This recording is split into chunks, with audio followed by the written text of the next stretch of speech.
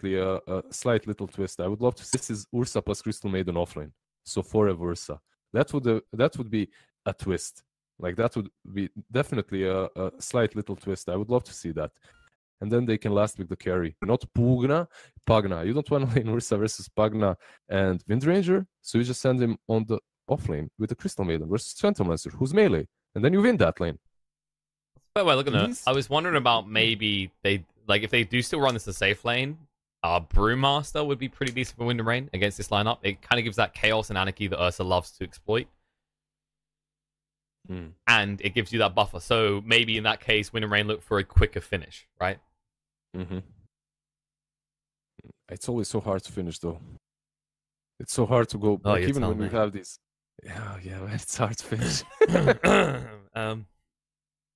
The way I finish said the game, yeah. Of course. I mean, yeah, I don't know. The side gives you a lot of momentum. It secures you the fights around the Rosh. I mean, it secures you Rosh and the Brood ban. A small clap for Wind and Rain. Moment of respect there. They realized it might be a problem that could occur again. They don't really have any way of dealing with a Brood. Yeah, they actually, again, they're kind of drafted themselves into this perfect Brood game, but they ban it out this game. They're not going to risk it. And after that last game, man, I think they're going to ban Brood for the rest of their lives versus Exotic Deer. Gonna be having nightmares about that Brood for the next week at least. Yeah. Like that puck, that poor puck that went 3-3-0-0. Oh my god. Like trying to burst down the spiders, but then even if he escapes, he has no to dodge the first spell of Brood. Wow, what such knowledge! Nice analyst. You know what? Spiderlings. You know what? He couldn't spawn spiderlings there with phase shift. Wow, brain works. Thank you, brain. Welcome back. You right? You there? Have you woke up from the coma? It's been 5 years. The meta came back around on itself. We kind of expected that to happen. There's only so many heroes IceFrog can add. He added one that digs underground. He also added another one that camouflages itself as water. Actually, that was the rework of Morphling. Who digs underground? What are you talking about? He makes tunnels everywhere. That doesn't make tunnels, but that does appear everywhere. Spectre, the farm pick in the rain. There it is. I mean, you said about it. You want to dodge out that Pugna. Someone who doesn't mind the Pugna as much as the Spectre because you can chase them down. Yeah, but you're still pressured hard on that lane. It's still hard, but I mean, if you're this is the thing. If you're an Ursa and you get shut down that hard, like you lose your momentum and it's hard for you to make any kind of a big deal or any sort of an impact in the game. But if you're a Spectre, even if you get shut down, maybe you buy an urn, maybe blade mail, and eventually you get there. Eventually you get your farm. You join the team with your haunt. You're somewhere on the other side of the map farming. You use the haunt to catch up and to just get some easy kills, and you come back. Basically, it's a hero that does not have to be super farmed in the mid game after the laning stage has ended. While on the other hand, Ursa, if you duel him, but if you duel him with Crystal Maiden, you have 2 slows, and you're playing versus PL and War. It's a lane in which new guys are gonna have to be very careful. Now there is this thing. Are they reading this? They should be reading this, and perhaps they swap things up. Maybe they send Pugna and Windranger versus CM and Ursa on the safe lane, and the PL Warlock versus Spectre. I mean, you're not gonna win with the PL Warlock versus Spectre, but at least you're gonna have a decent time there. While versus Ursa and Crystal Maiden, I fear for them. I haven't seen this lane, but I suppose it's not gonna be really great to play a PL versus Ursa. So a Weaver to complete it though. Okay, in fairness, lockdown wise, they've got the reliableness coming out from the Crystal Maiden. You can actually hit up the Frostbite, but that's kind of it, right? Like that. The Light Strike Ray is decent, but you need the Yules first to be able to convincingly hit Nisha up with that. Is this another way of dealing with this, though? Is this Weaver mid? Exactly. Actually, Phantom Lancer. You can run PL mid. It's actually pretty decent. And then Weaver versus Ursa. It can happen. Like that's sort of a way of getting out of this bad situation that they have found themselves in right now. But I don't know if PL is going to do way too much on mid. Not certain. Have to wait and see how they decide to lane this. The hero can work pretty well, though, with the Phantom Rush. You can just charge down, always get hits, and trade effectively. But those are our lineups. Game 2 underway. And I mean, look at this. Both of them, it wasn't as much countering out the other's draft as getting together a clear goal, right? So with the Pugna, there's a lot of powerful push in the early mid-game for new guys. Whereas Wind and Rain, they were a little bit frustrated about how last game went. So they've gone a lot more aggressive, a lot of heroes that can kill. And, well, it's similar to Animage in that it wants space to farm. But as you said already, Spectre, the difference is can easily get involved in this fight. Yeah, she can always join the fights whenever Pugna is trying to push with the Haunt. If it's on the other lane where she's not. And these lanes with the Ursa should go fairly well for Wind and Rain. So I'm just worried for this Pugna. I mean, Spectre can fall off very fast if the Pugna takes all the outer towers. So there is a way for them to pressure these lanes hard. It's all about the Ursa, I think. Like, how much is he gonna be able to do? And this Weaver is a completely different factor too if he's going mid, right? Like, it's not something that's...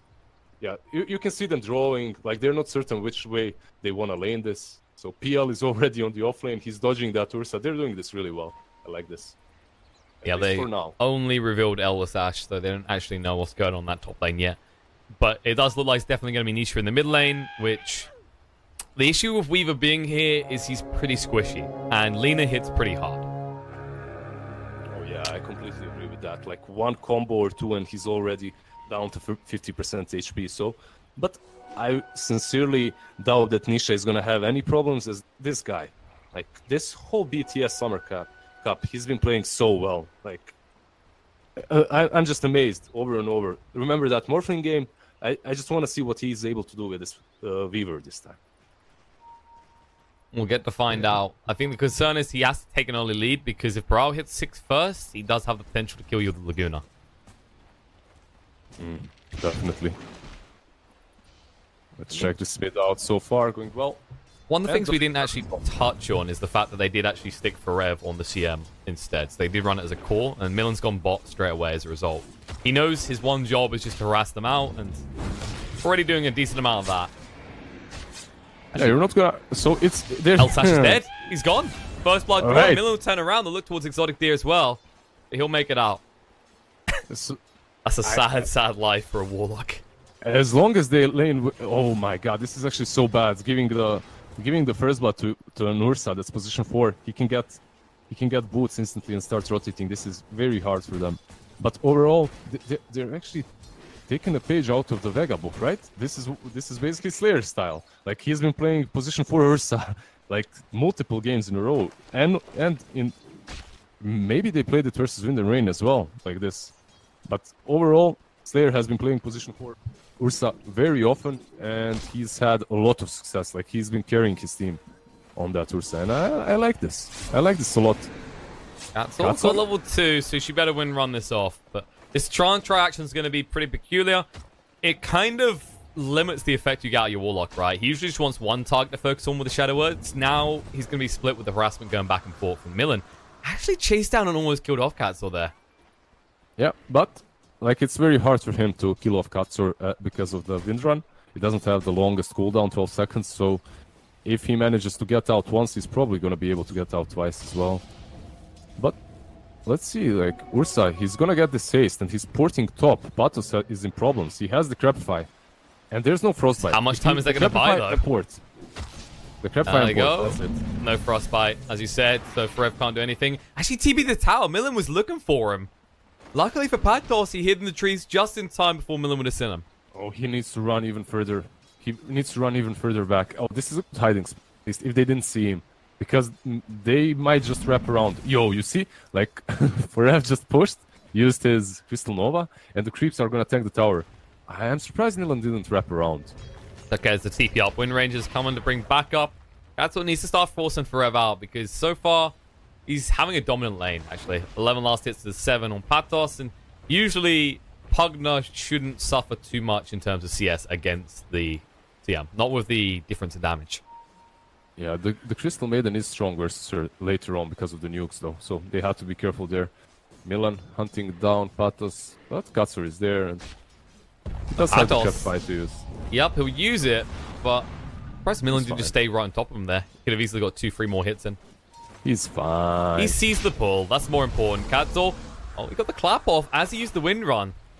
They have two ways of dealing with this bear, though. They have the crab fire now. Yep, they got him. Wind run. Yeah, and the wind run is getting off cooldown. So if Milan wants to do this, he needs the forev. Oh, forev? Okay, he doesn't hit hard enough. Maybe if he had like an ollie, but looks like Patos gets to live with barely any HP. Well, silver lining right now for wait, Katsur, top lane. He's surrounded. Got the wind run. Milan's moving out. Did he get away though? No, clap hit, shack shot afterwards, but Forev cleans it up with the Crystal Nova. Yeah, and they have 2 levels in Crystal Nova now and 2 levels in Arcane Aura.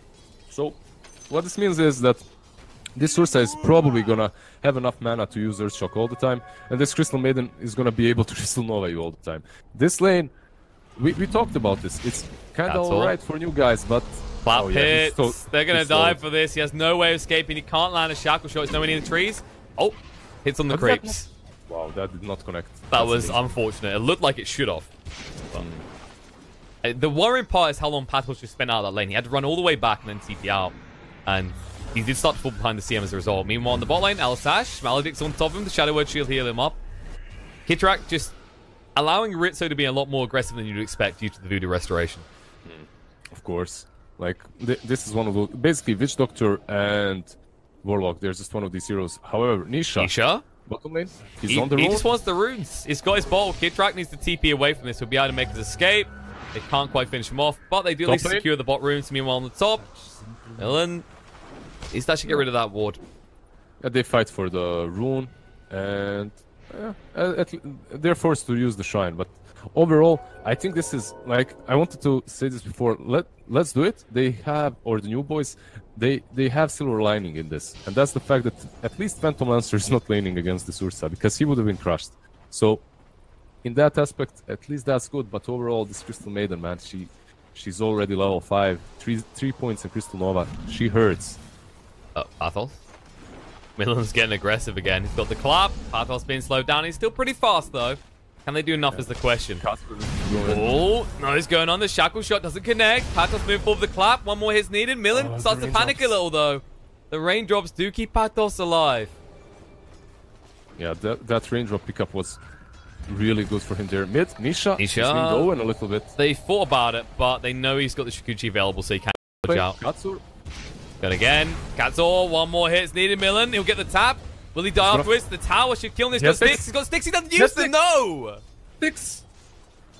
Why? I assume maybe because we've seen this before, sometimes dying to the tower, it's not too bad. Because he would have had to go back anyway. Nisha? Kitrak. One more hit's needed. Maldic, the Light Striker Rain, and the Laguna. Nisha! He can't do anything. He just melts here. And Elisash, missed chances, don't work in his favor. The Dragon Slave finishes him off. Braille with a double kill. And suddenly, this mid lane is looking untenable just because of that Laguna alone, I'd say. Yeah, and this tower is dropping very low too. Like, Nisha hasn't really had the best time on mid. I said that I expected a lot from him, but this Weaver maybe hasn't been the right pick for them. The Light Striker Ray, they catch him, they got a sentry down Nisha. Still not level 6.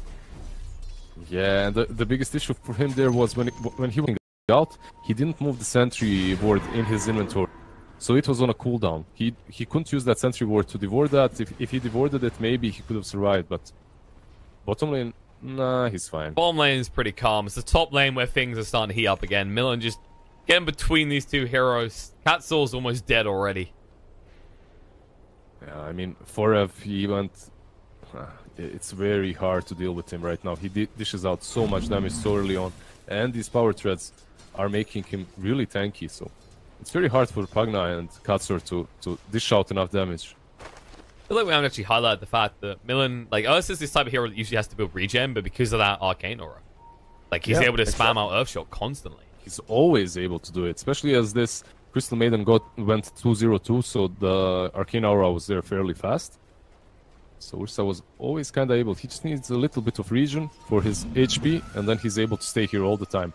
While on the new guys, if you want to stay on this lane, you need raindrops. Like, there's no other way around about it. Like, Patos, he needs raindrops again. And you can't really pass. Okay, Kitrak will be fine. They wanted to go on it. but Brawl was moving across. He has got a haste rune now as well. Nisha needs to be careful. He has finally got his hands on the time-lapse and the raindrop, but once that's popped, Brawl might make another attempt on Anisha's life here. Yeah, he has that sentry though now, so it's harder to kill him as long as he gets that Sukuchi off. That sentry was really bothering him hard. It's like one of those things like when you're a TA and you have traps and someone uses sentry. It's similar with Weaver. If you have a sentry there, you can't really, like, if they have a sentry, it's very hard for you to use your Sukuchi aggressively. And yep, finally he divorced that sentry though. Problem is they have another one to the side, so if he's on the wrong side of the lane, he could still easily die, and he's lost his tier 1 already. Brawl, he's not going to waste any time. He knows Nisha's more or less been forced out of lane. He can't really try and fight with Brawl either. Top lane, they're diving Katsur, but they can't really. The wind run, can he get thrown off way? Oh, this shackle shot just in time. The earth shock was about to happen there, and then he would have been way too slow to escape. Hasted, Lina going top. Let's see, maybe he can catch Katsur, who just escaped. Oh, he's got the wind run, but actually, Brawl, no, he says, let's go for the Pugna. Creeps are pushing in, why not? Yeah, Creeps gave them vision. They know where he comes in, they know where Patos is. They got Light Drag Ray, they will miss it, but the Dragon Slave follow-up should kill Patos. He decreps. They got the Laguna. They'll just throw it in his face. He just wanted to force them to use the ultimate.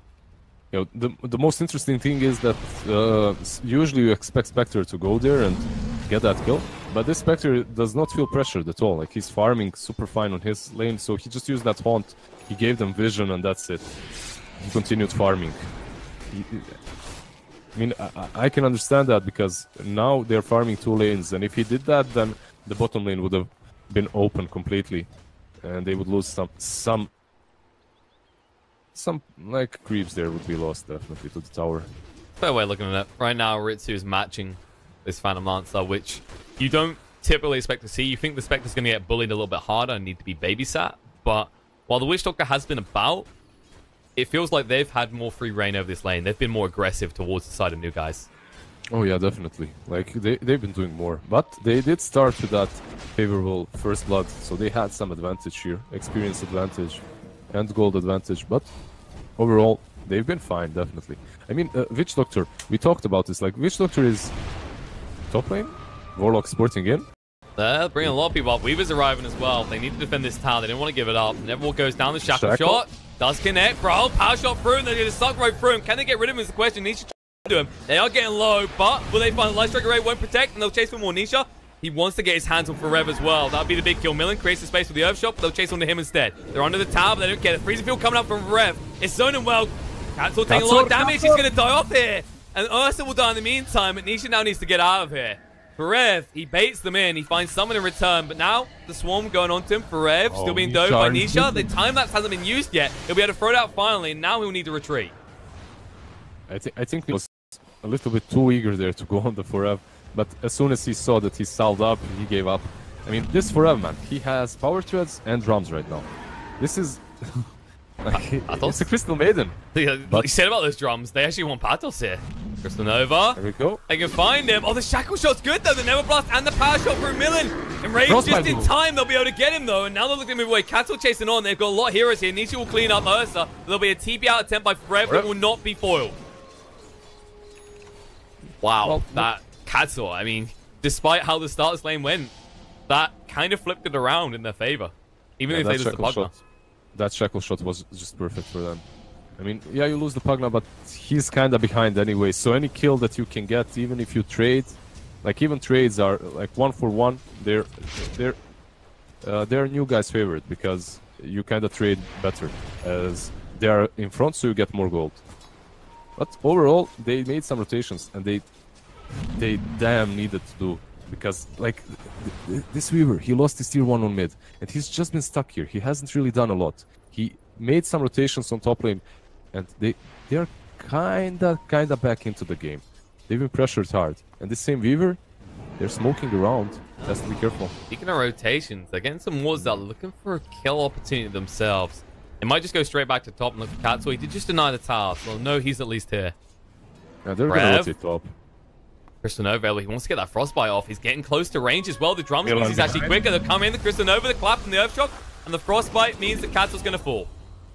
And the tower falls, so This top lane is completely opened up now for Wind and Rain, and at the same time Spectre is completely free farming on the bottom lane, which is one of the biggest issues that they have, definitely.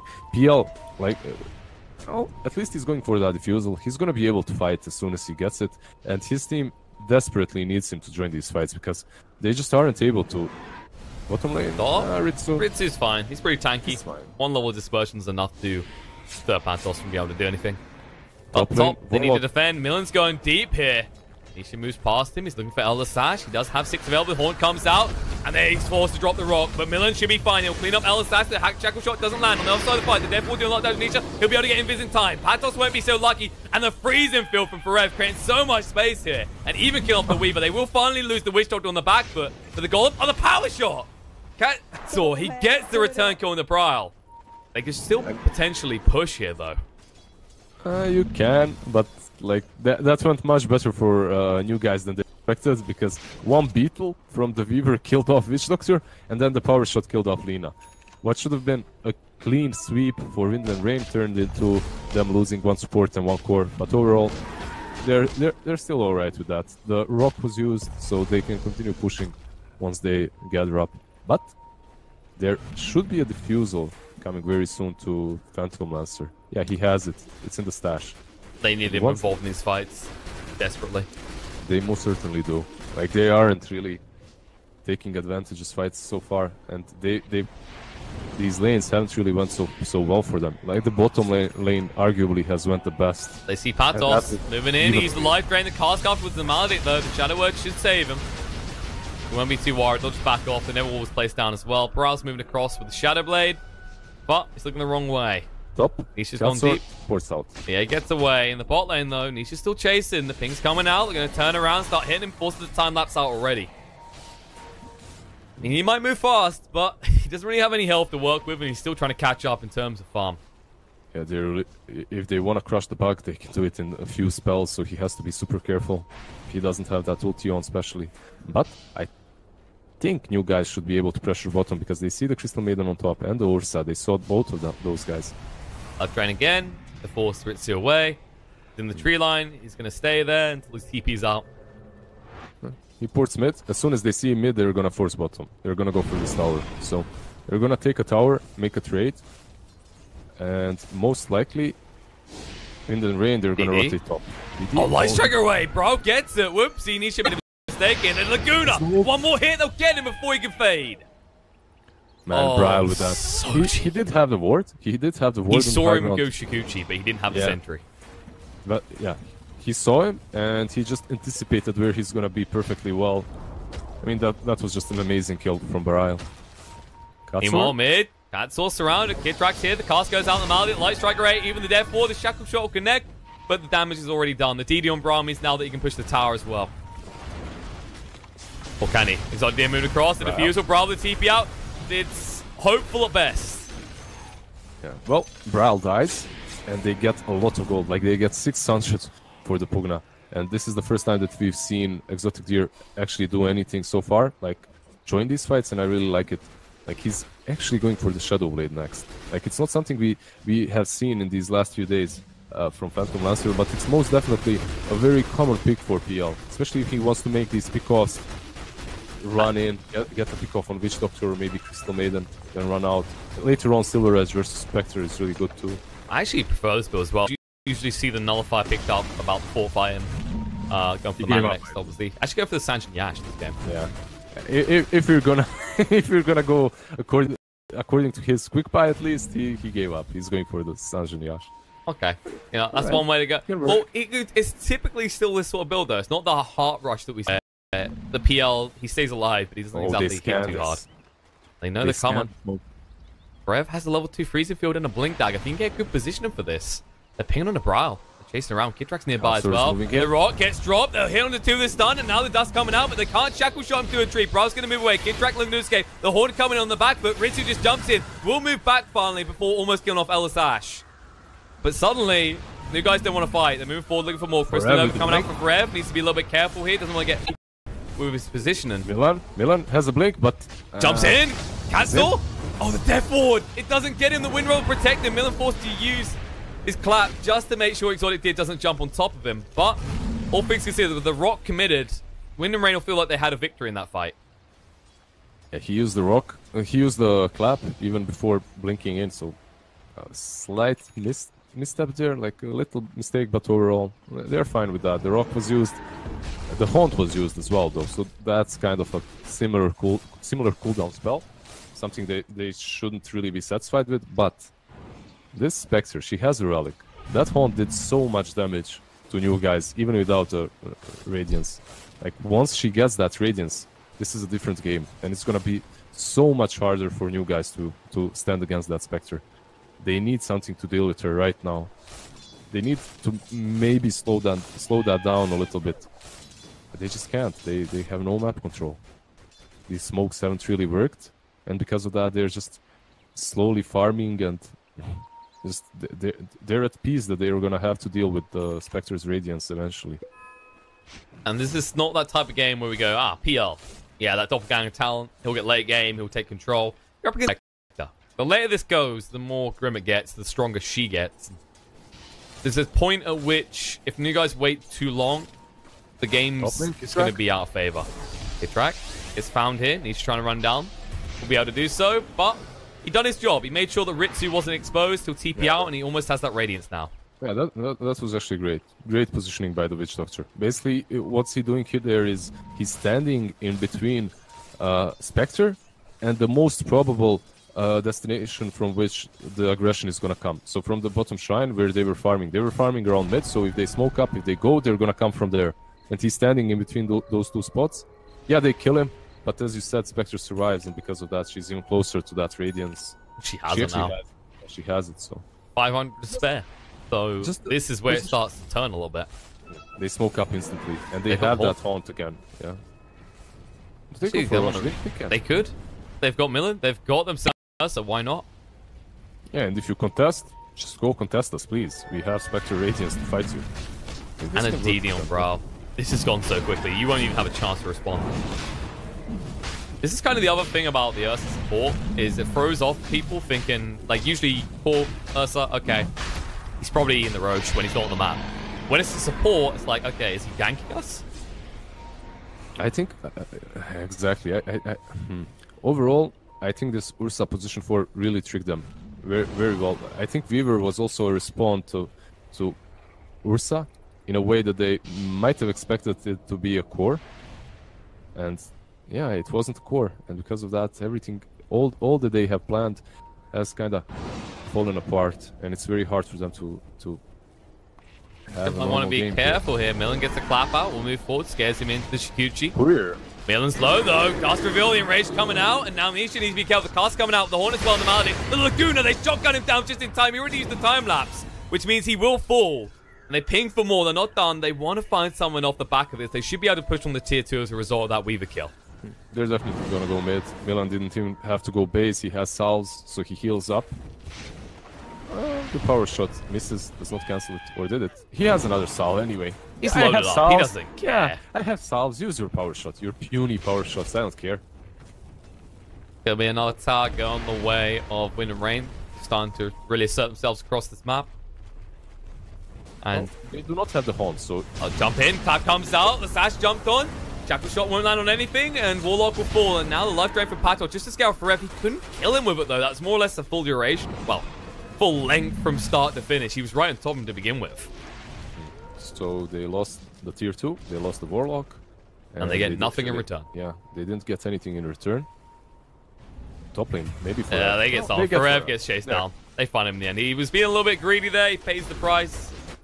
And that is a little bit more costly than you'd imagine. 700 gold going to Pugna there. 700 gold from a Crystal Maiden. And she's not level 15 even yet, man. Like, once she gets that level 15 and starts getting the plus 150 gold per minute, it gets even spookier. Oh. Whoa. They have to push on the bot, though. They want to take this final tower, but it was high ground. But Wind and Rain, they got long time left for that Aegis. They're not feeling too rushed here. They're gonna... Well, actually, lose you guys are going to come to them. They're TPing him right now. Millen jumps straight in the middle of the fight. The Enrage comes up, passes a lot of damage. The Rock does get dropped, and Phantom Lance arrives just in time to receive it. Jumping in, looking for some kills on the back. Ritsu does get low. Kid Drag in the meantime, trying to do a lot of damage. Definitely will force him away. Exotic Deer a little bit too tanky. Millen's going to die to the power shot through. But forever he arrives. The freezer field down. Exotic Deer, you can't stay aboard. This is not a good idea. He has to try and move away the double count. On the back foot, Brow, he will eliminate Katsuo, but he also gets the kill on Exotic Deer as he tries to retreat. Nisha, last man standing, needs to get out this quick. The Shikuchi, the dust reveal will be there, but they can't really chase him down. They do get the golem at least. So it's 4 for 1 plus the Aegis. But 4 for 1, and all those kills went into the hands of Bryle. And then that's the insane part. On top of that, Exotic Deer, it didn't matter. We said about going for this heart build, and we saw the exact result that we were fearing, is that you tank up all this damage, but then who's doing any? Yeah, they really lack damage there. I mean, they have the Pugna and the Wind Ranger, but they were just controlled by Bryle from behind. Like, he just went from behind, wrapped around, and just cleaned up Chaos right there. He did so much damage there, it's ridiculous. And they just lined up for him. One after another, he just got all of them. And in the end, Exotic Deer just, with his PL, hug me, Bryle. He rushed straight into him and just died as well. Overall, I think that new guys had a good plan there. They fought when Lina wasn't necessarily super ready to fight, but she just connected way too fast. They used the rock on 2 heroes that don't have the Aegis or anything. They used it on Spectre and on Ursa. But that's just sad, because you just fought without versus a Spectre that has no haunt. Like, you fought versus a team that didn't even use their most important spell. And now when they have the haunt, how do you fight now? Like, what do you do? It's very hard, especially as you don't have the rock for another minute. Smoke time. Looks like Wind and Rain want to go fight again. Anisha is pretty deep here. Oh, Shikuchi's about to run out. They dust reveal him. The Yules, they can have the Light Strike Ray available. No, this Shackle Shot is good from Katsuo. Will cover the escape, but they still do lose the Warlock on the back foot. Chasing through with the Haunt. Ritsu once more. Nisha down to half HP already, trying to move away. Should be able to do so, but they will give over the Neverward as a result. And it looks like it's actually just going to be the Warlock fall in the end. That could have been much worse. Perfect save coming up from Katsuo. Yeah, Katsuo really saved the day there. And what's even better for them is that they use the Haunt. So at least that is down. And the next fight, they can fight without it. If they want to smoke up now, once Warlock is up, they have this 20-second window in which he's going to get his smoke and Chaotic Offering. So maybe use that smoke at least to ward up the map, at least to get some vision advantage. Because it's very hard still to fight. This feels like right now, new guys are in a position of buying time. They're like, we're not ready to fight yet. We're not ready to fight yet. We're not ready to fight yet. But we've already said, the longer this goes, the more it feels like it slightly benefits Wind and Rain more. Because Weaver is lethal in the late game, but so is Spectre. I mean, yeah, exactly. And the Crystal Maiden with that gold talent. Don't forget about this hero. He did so much. And Kitrax, Witch Doctor, he also has a sick talent on level 15. So later it goes. I honestly believe it benefits Wind and Rain more. Speaking of forever. Okay, Katsuo, not sure what the plan was there. He could have maybe force-staffed and instantly shackle shot, but he tried to reveal himself. Not sure what he was expecting Forev to do in response. Overall, the wards that they have just planted on the side of new guys are kind of giving it away that they are just in a complete passive mode. They planted two wards. Forev. Quick off the blink. They want this tower, though. I'm not sure if he can defend this alone. He's going to need some support. Well, they aren't really connecting on bottom lane. And Forev is blasting these creeps down, but if no one connects, this tower is gone. They're actually going to give it away. Okay. Looks like new guys are going to get a freebie. I don't understand. I mean, they don't have Haunt, and new guys have Rock. So because of that, just thinking like they have their main spell, we don't. Let's just give it away for now. Let's not risk anything. I respect that. Even though they are super in front, Bell still hits hard. I mean, he's tanky. He can create a lot of chaos, and with that chaotic offering, they might take a fight, and they just don't want to risk it. That's kind of the thing, is you always have to think about the Fatal Bonds. Fatal Bonds one of the most, well, for a long time, it was one of the most underrated spells. Then it started coming back into the meta. Suddenly everyone respected just how much damage it does. Brawl top. Yep. Okay, Nisha will be fine. BKB. Mid lane though, Katsur. Jumping in, Millen. Forced to use the enrage. The upheaval coming out. Exotic will be able to run him down, but there's Forev jumping in. They have to drop the rock just to interrupt the freezing field. They will lose Elastash in return, so a 1-for-1. But they did use the Horn. They need to find someone more. Ritsu jumping in. Nisha pushes the BKB. Forev's going to get low. Can he actually be finished off, though? Nisha chasing through to the Scoochie. Will get the final hit. Has to use the time lapse. And now Kid-Track, he can't hang around. Nisha wants his kill as well. He should be able to chase it down. Kid-Track just going to go for the TP out. There's nothing to really stop this, but the damage will kill him regardless. Bryle? Still deep. Shadowbladed up. He decides against it. They're just going to have to allow him to push a little bit. They've lost 3 heroes here. There's no way they can fight against this. Yeah, that was a great interruption of the freezing field, by the way. I believe that freezing field could have done so much, but Warlock saved on to his rock, and as soon as Crystal Maiden blinked in to use her freezing field, he dropped the rock, because that's the only way they can deal with the BKB. And new guys, man, they do this all right. Like one more time, the Haunt was used only to kill off the Warlock, and it's getting scarier. Yeah, this Spectre is gonna be a beast later on, but these team fights right now are going the way of new guys. And Exotic Deer, he's gonna have his BKB soon too. Like, they already have one on Nisha. We saw it coming to good effect in that fight. They no longer have the lockdown for Nisha, which means they can't rely on Bryle to just Laguna him down. Yeah, you can't really just root him any longer. You can't stun him with some stupid stuns like Casks and Frostbite. He's gonna be able to just use his BKB and run away, or run around you and clean up. And like we've talked about this Spectre a lot, but Weaver, man, like this hero scales fairly well too. Like we don't see him very often in our games, so we don't talk about him. But he's going for that MKB right now. He's gonna hit hard as long as he doesn't get just cleaned up instantly. And this BKB is most likely gonna stop that from happening. So yeah. The Roche is up again though. So Wind and Rain, they might look to just take another Aegis and cheese this time around. Question is, can you stop it? I believe if you are new guys, I believe you can. Your rock is coming off cooldown in 40 seconds. So if you are Wind and Rain and you do rush right now, maybe you can. But they are kind of converging around it here, you know? Like they're gonna use maybe a power shot to scout it out, maybe send these illusions, something like that. Because if you remember, in the old games, whenever they would sack Crush, just forget about it, then they would move on the right side of the map completely and just farm their jungle and whatnot. But this game, they're on their own jungle, so they don't want to give it up.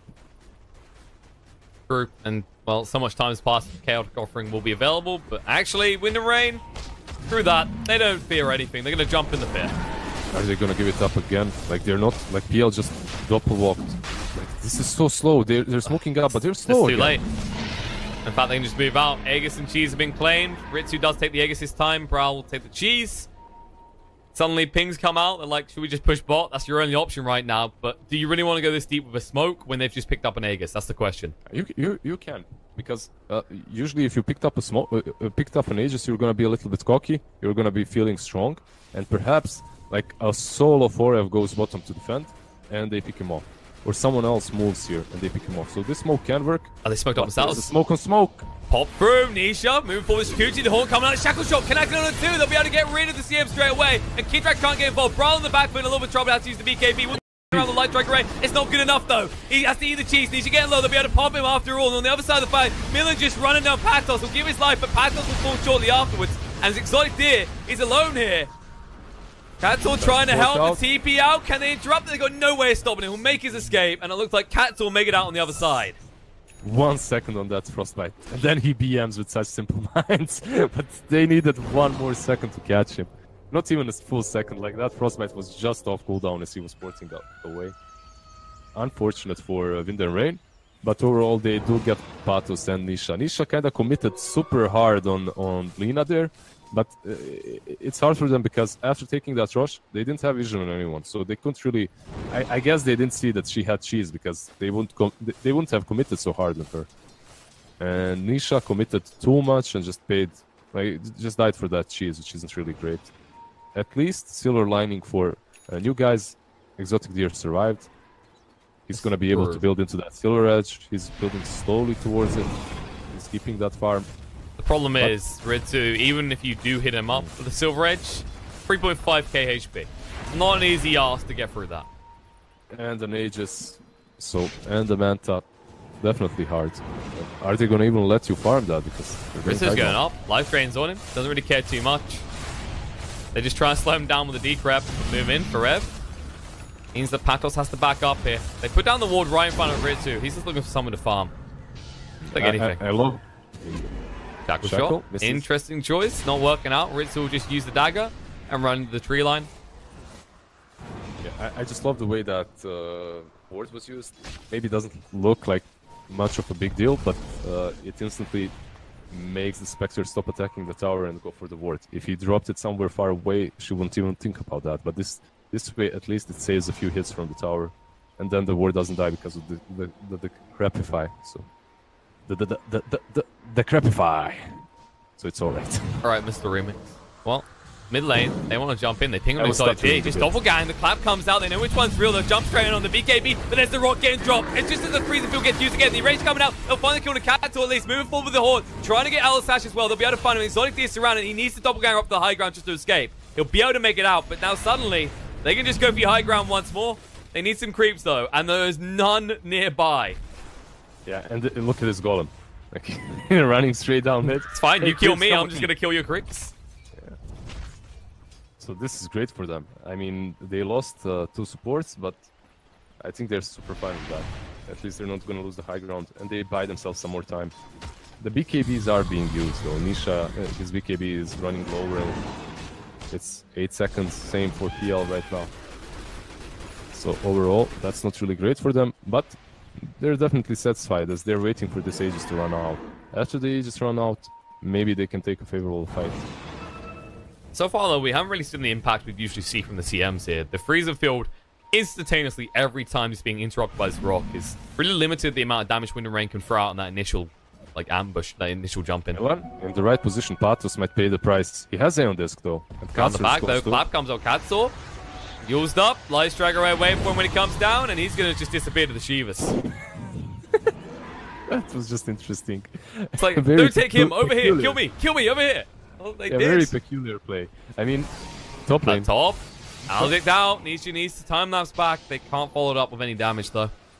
Yeah, he took that haste and just ran straight ahead of them. Like, didn't even hesitate to run uphill.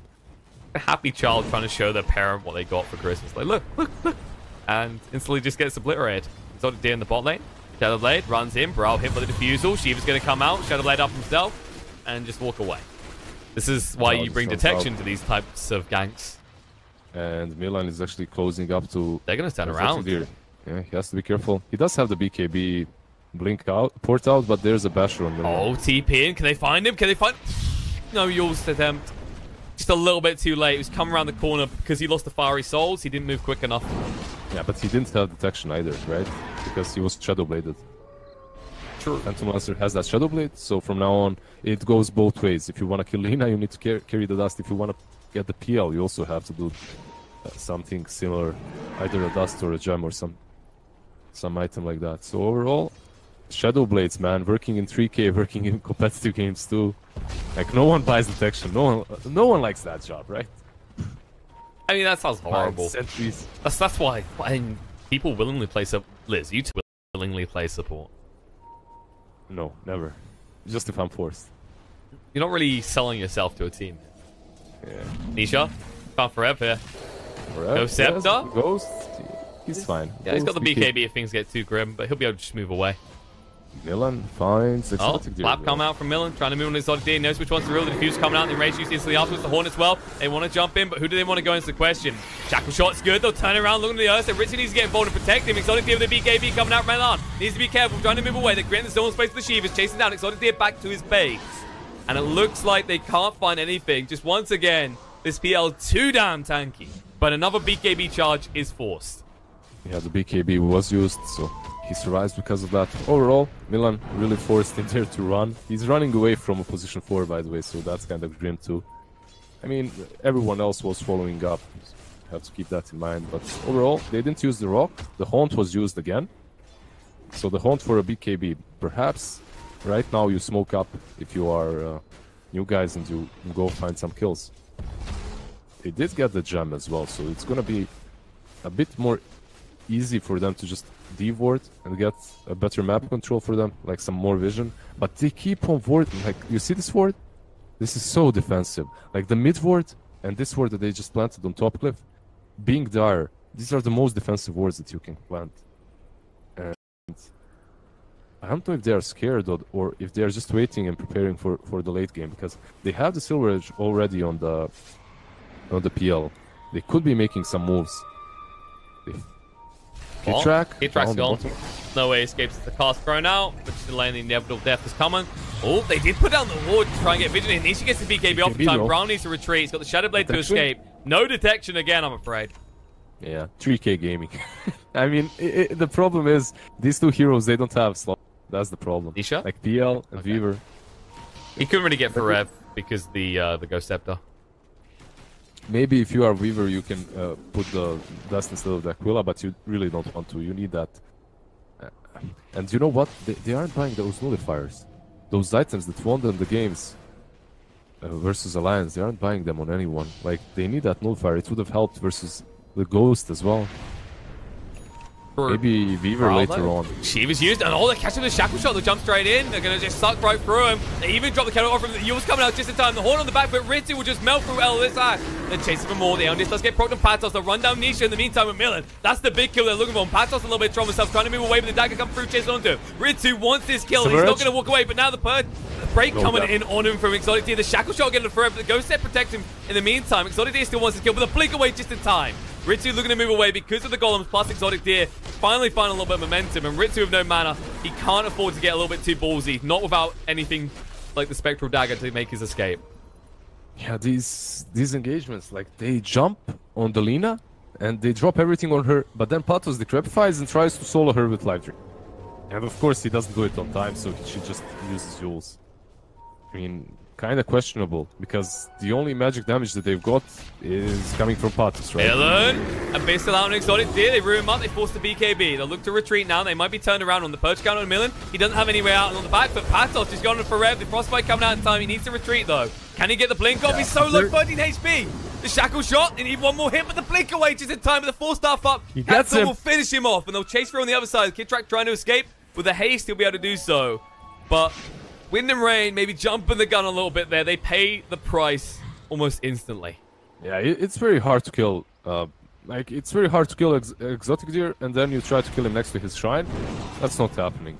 Very unlikely. The whole team instantly responds, and they get both Forev and Milan. Very well played by you guys. But they basically what they did is they just punished this over-aggression that came from Wind and Rain. But, you know, Lina is building into a DPS mode right now. She has that crit already. She's gonna hurt. She's gonna hurt a lot very soon.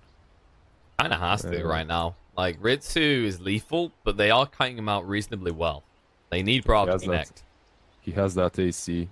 Oh, man. Like, it's a hard game for new guys, no doubt about it. Nisha has been dying way too much.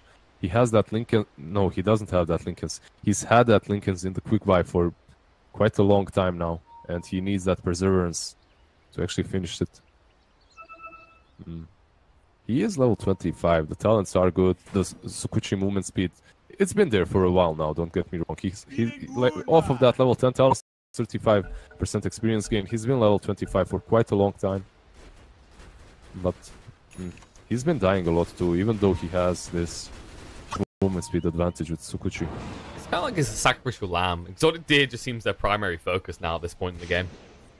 Yeah, I wonder though, like this game, he go for the minus 10 second doppelgang, which he usually does, like every single game so far we watched, but that was, like, he was forced to take it because he was defending high ground with it. But I wonder right now, like, there's an option for him to go the 30% critical strike. The damage would be welcomed. I mean, he was hitting into Ritsu, he burns the mana, but Ritsu was just kind of laughing at him. It was just a little bit ticklish for him. Yeah, they're definitely just tickling Ritsu at this point. They aren't really damaging him. That heart and AC, he has so much armor. It's very hard to hit him. Radiance too with the mischance. Jump in. This is the big one. The refresher shot. And remember what we said about that rock and how it just ruins any freezing field? Now you can get 2 off. I mean... Or double horn even. I'd imagine they go double horn, right? Yep. Elisash, okay. Patos, affirmative. That happened. I mean, we've watched them play 2 games before this one in the semifinals, and they contested like 1 rush.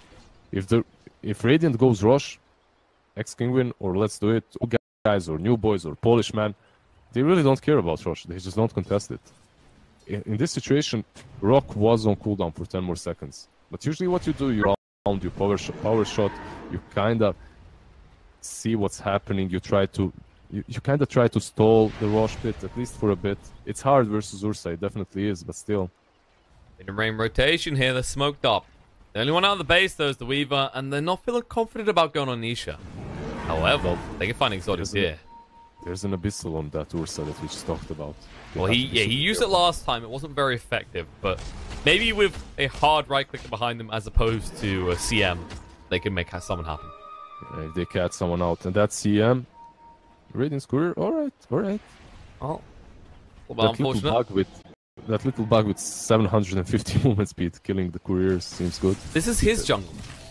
Yeah, he can't really catch him. Milan can't catch him because of the... He's trying. The dust comes out, he gets out. There's no way for him. Like, even if... I mean, with overpower, maybe he can bash him, but he can't abyssal him. And Ritsu, you're so It's coming out. Ritsu all alone in the life drain as well. He's going to try and move away with the dagger. Can they get on top is the question. Yes, they can. Exotic arrives. The break comes through. Nice dodge out of the Manta to dodge out the Spirit Lance. Trying to move. Should be fine. Gets rid of the swarm on top of him. But that was maybe closer than he would have liked it to be. Oh, that was unfortunate for new guys. They definitely should have punished that over-aggression from Ritsu. Like, he was so out of position. His whole team basically rotated bottom to deal with Anisha's Weaver. And he still kept on going. I mean... yeah, they should have definitely caught him there, but Exotic Deer wasn't really close enough to use the Fusel Blade, and after the Silver Edge, he just manta'd and ran out. It's a nice dodge on the Spirit Lance. They connect the Spirit Lance, he definitely dies there. Yeah. It's just... it's kind of demoralizing. It's like, okay, we almost had him. We almost had that Aegis, but now he doesn't even have to go back to base. He has a heart. Back up to full HP it is. It's the Doppelganger cooldown, by the way. So level 25 talent. This is the we're stuck in our base, we can't get out. Yeah, we saw this before from new guys. Basically what they do is, but they're losing bottom. Yeah, so, Tal's already gone. Riz still just standing, he doesn't even care. The break comes out, nice man has to dodge out. The upheaval, slowing him down, hexed up as well. The BK being used, but there's immediately the Abyssal on the castle. The Horde coming in, trying to catch it. Bro getting low on HP, it looks like he's going to fall when he comes down. He can't do anything, he gets killed off. The buyback on Warlock, can they find more? Red forces the BKB just to move away from Nisha. He's starting to hit pretty hard. Exotic on the back, but has to use his time up to deal with those illusions, but he can't chase through from Warlock. Look for Milan now. Maybe they can get him. Chase him through. Hexed up, surrounded, and left behind. They'll find that kill, and Ritsu makes it out. Didn't even have to use the Aegis. But you guys, that's kind of an awkward scenario. You want to have to use that Aegis. You don't want Brawl dying. New guys with high ground defense, one more. Like, these guys are high ground defense masters, it seems. Every single high ground defense they come in front. Yeah, they did lose the tier 3, but the way they played that, like, they went on to the Spectre, they brought her mana so low that she was kinda irrelevant in that fight, and then they just turned their sights over to Brawl, who was shackled. And small mistake from him, well, not so small because he died because of it. He didn't have cheese in his inventory. So he had to swap out the cheese while he was Yuled. Steel cheese was on cooldown for 1 more second, and because of that, they just finished it before he was able to use it. Yeah, they're gonna find some buybacks maybe. This Lincoln, he's hitting on this tower pretty hard. They can't really afford to let him do this. Meanwhile, in the mid, jump in, Exotic Deer going on a Ritsu. Maybe they can pop the Aegis once. Shackle shot through. Oh my God, the frame rate Ritsu getting low, but he'll still live. He'll be able to move away. No mana to work with, which means he can't look to chase. Exotic Deer forced away, but Shadow Word means that the Malady doesn't do too much. And he dodges most of it. Nisha goes back in. Hit and run, and he actually forced out the Death Ward from Kidrak. Debated. Whoops. They almost lost the tier 3 mid as well. Yeah, they lost the tier 3 bottom, and because of that, the shrines are open, they can go for them. But there's a DD on the bottom lane too, which they do not see yet, but should be able to scout it if he goes a bit. Yeah, they see it now.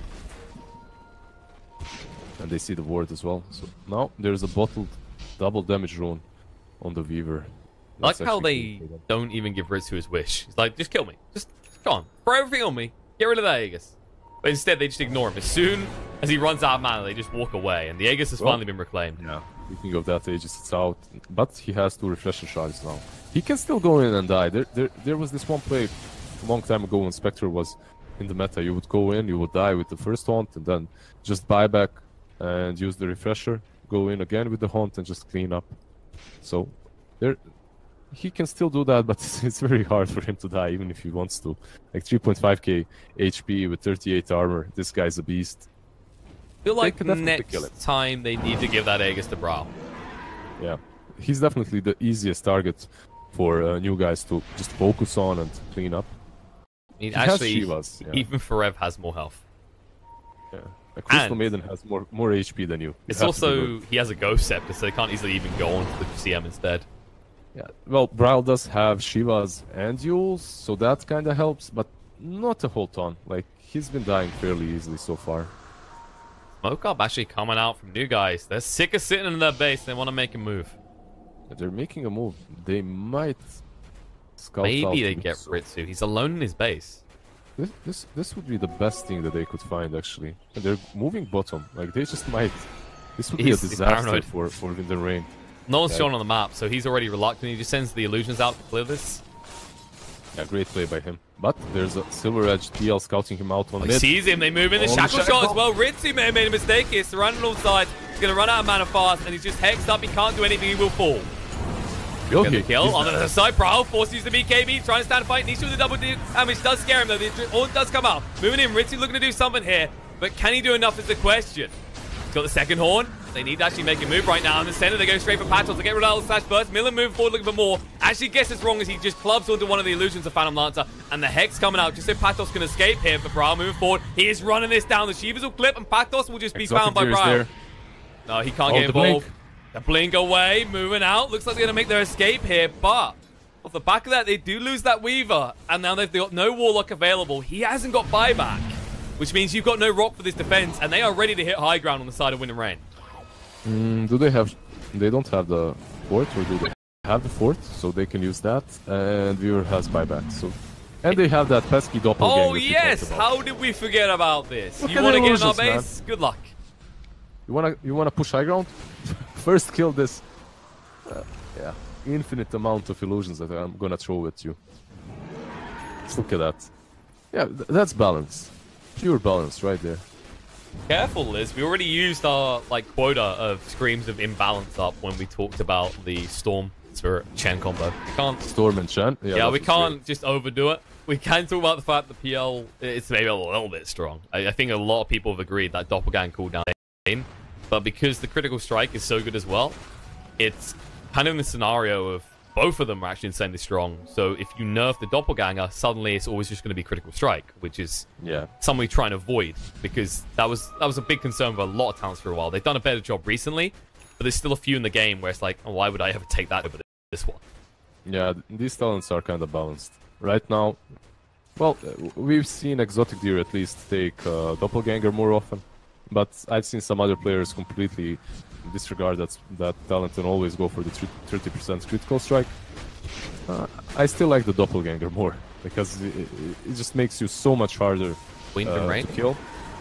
They're getting ready to go here. Smoke just came out from new guys. Had to walk straight in, gets hexed up. The horse going to be light strike rate. Cancel rate dead. In the middle of the fight, looks like they're going to jump in, get rid of L-Stash. The buyback comes out from Wind Rage Millen. He does get hexed up. He'll have to give his life a return. But on the other side of the fight, they just try and chase down, looking for kills. The Enraged getting out from time. Will find more for Millen, but not long enough for him to escape. He's still going to fall to Nisha.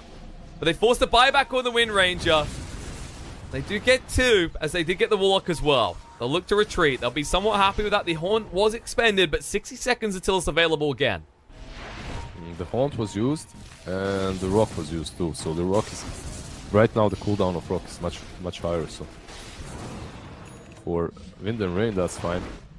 Overall, only the Warlock died on the side of new guys, but they did buy back Katsur. Like, Katsur has something...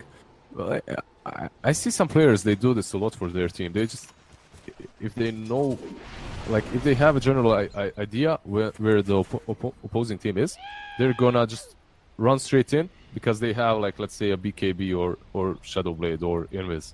And with Windrun and with the level 20 talent, he has invisibility, but he should expect that they have a sentry there. So he did run straight uphill, but instantly disappears, gets hexed up, just dies. And I mean, he gives info to his team, so it's not the worst thing. He's a position 4, and sometimes you have to sacrifice yourself like that, even if you die, especially if you have buyback.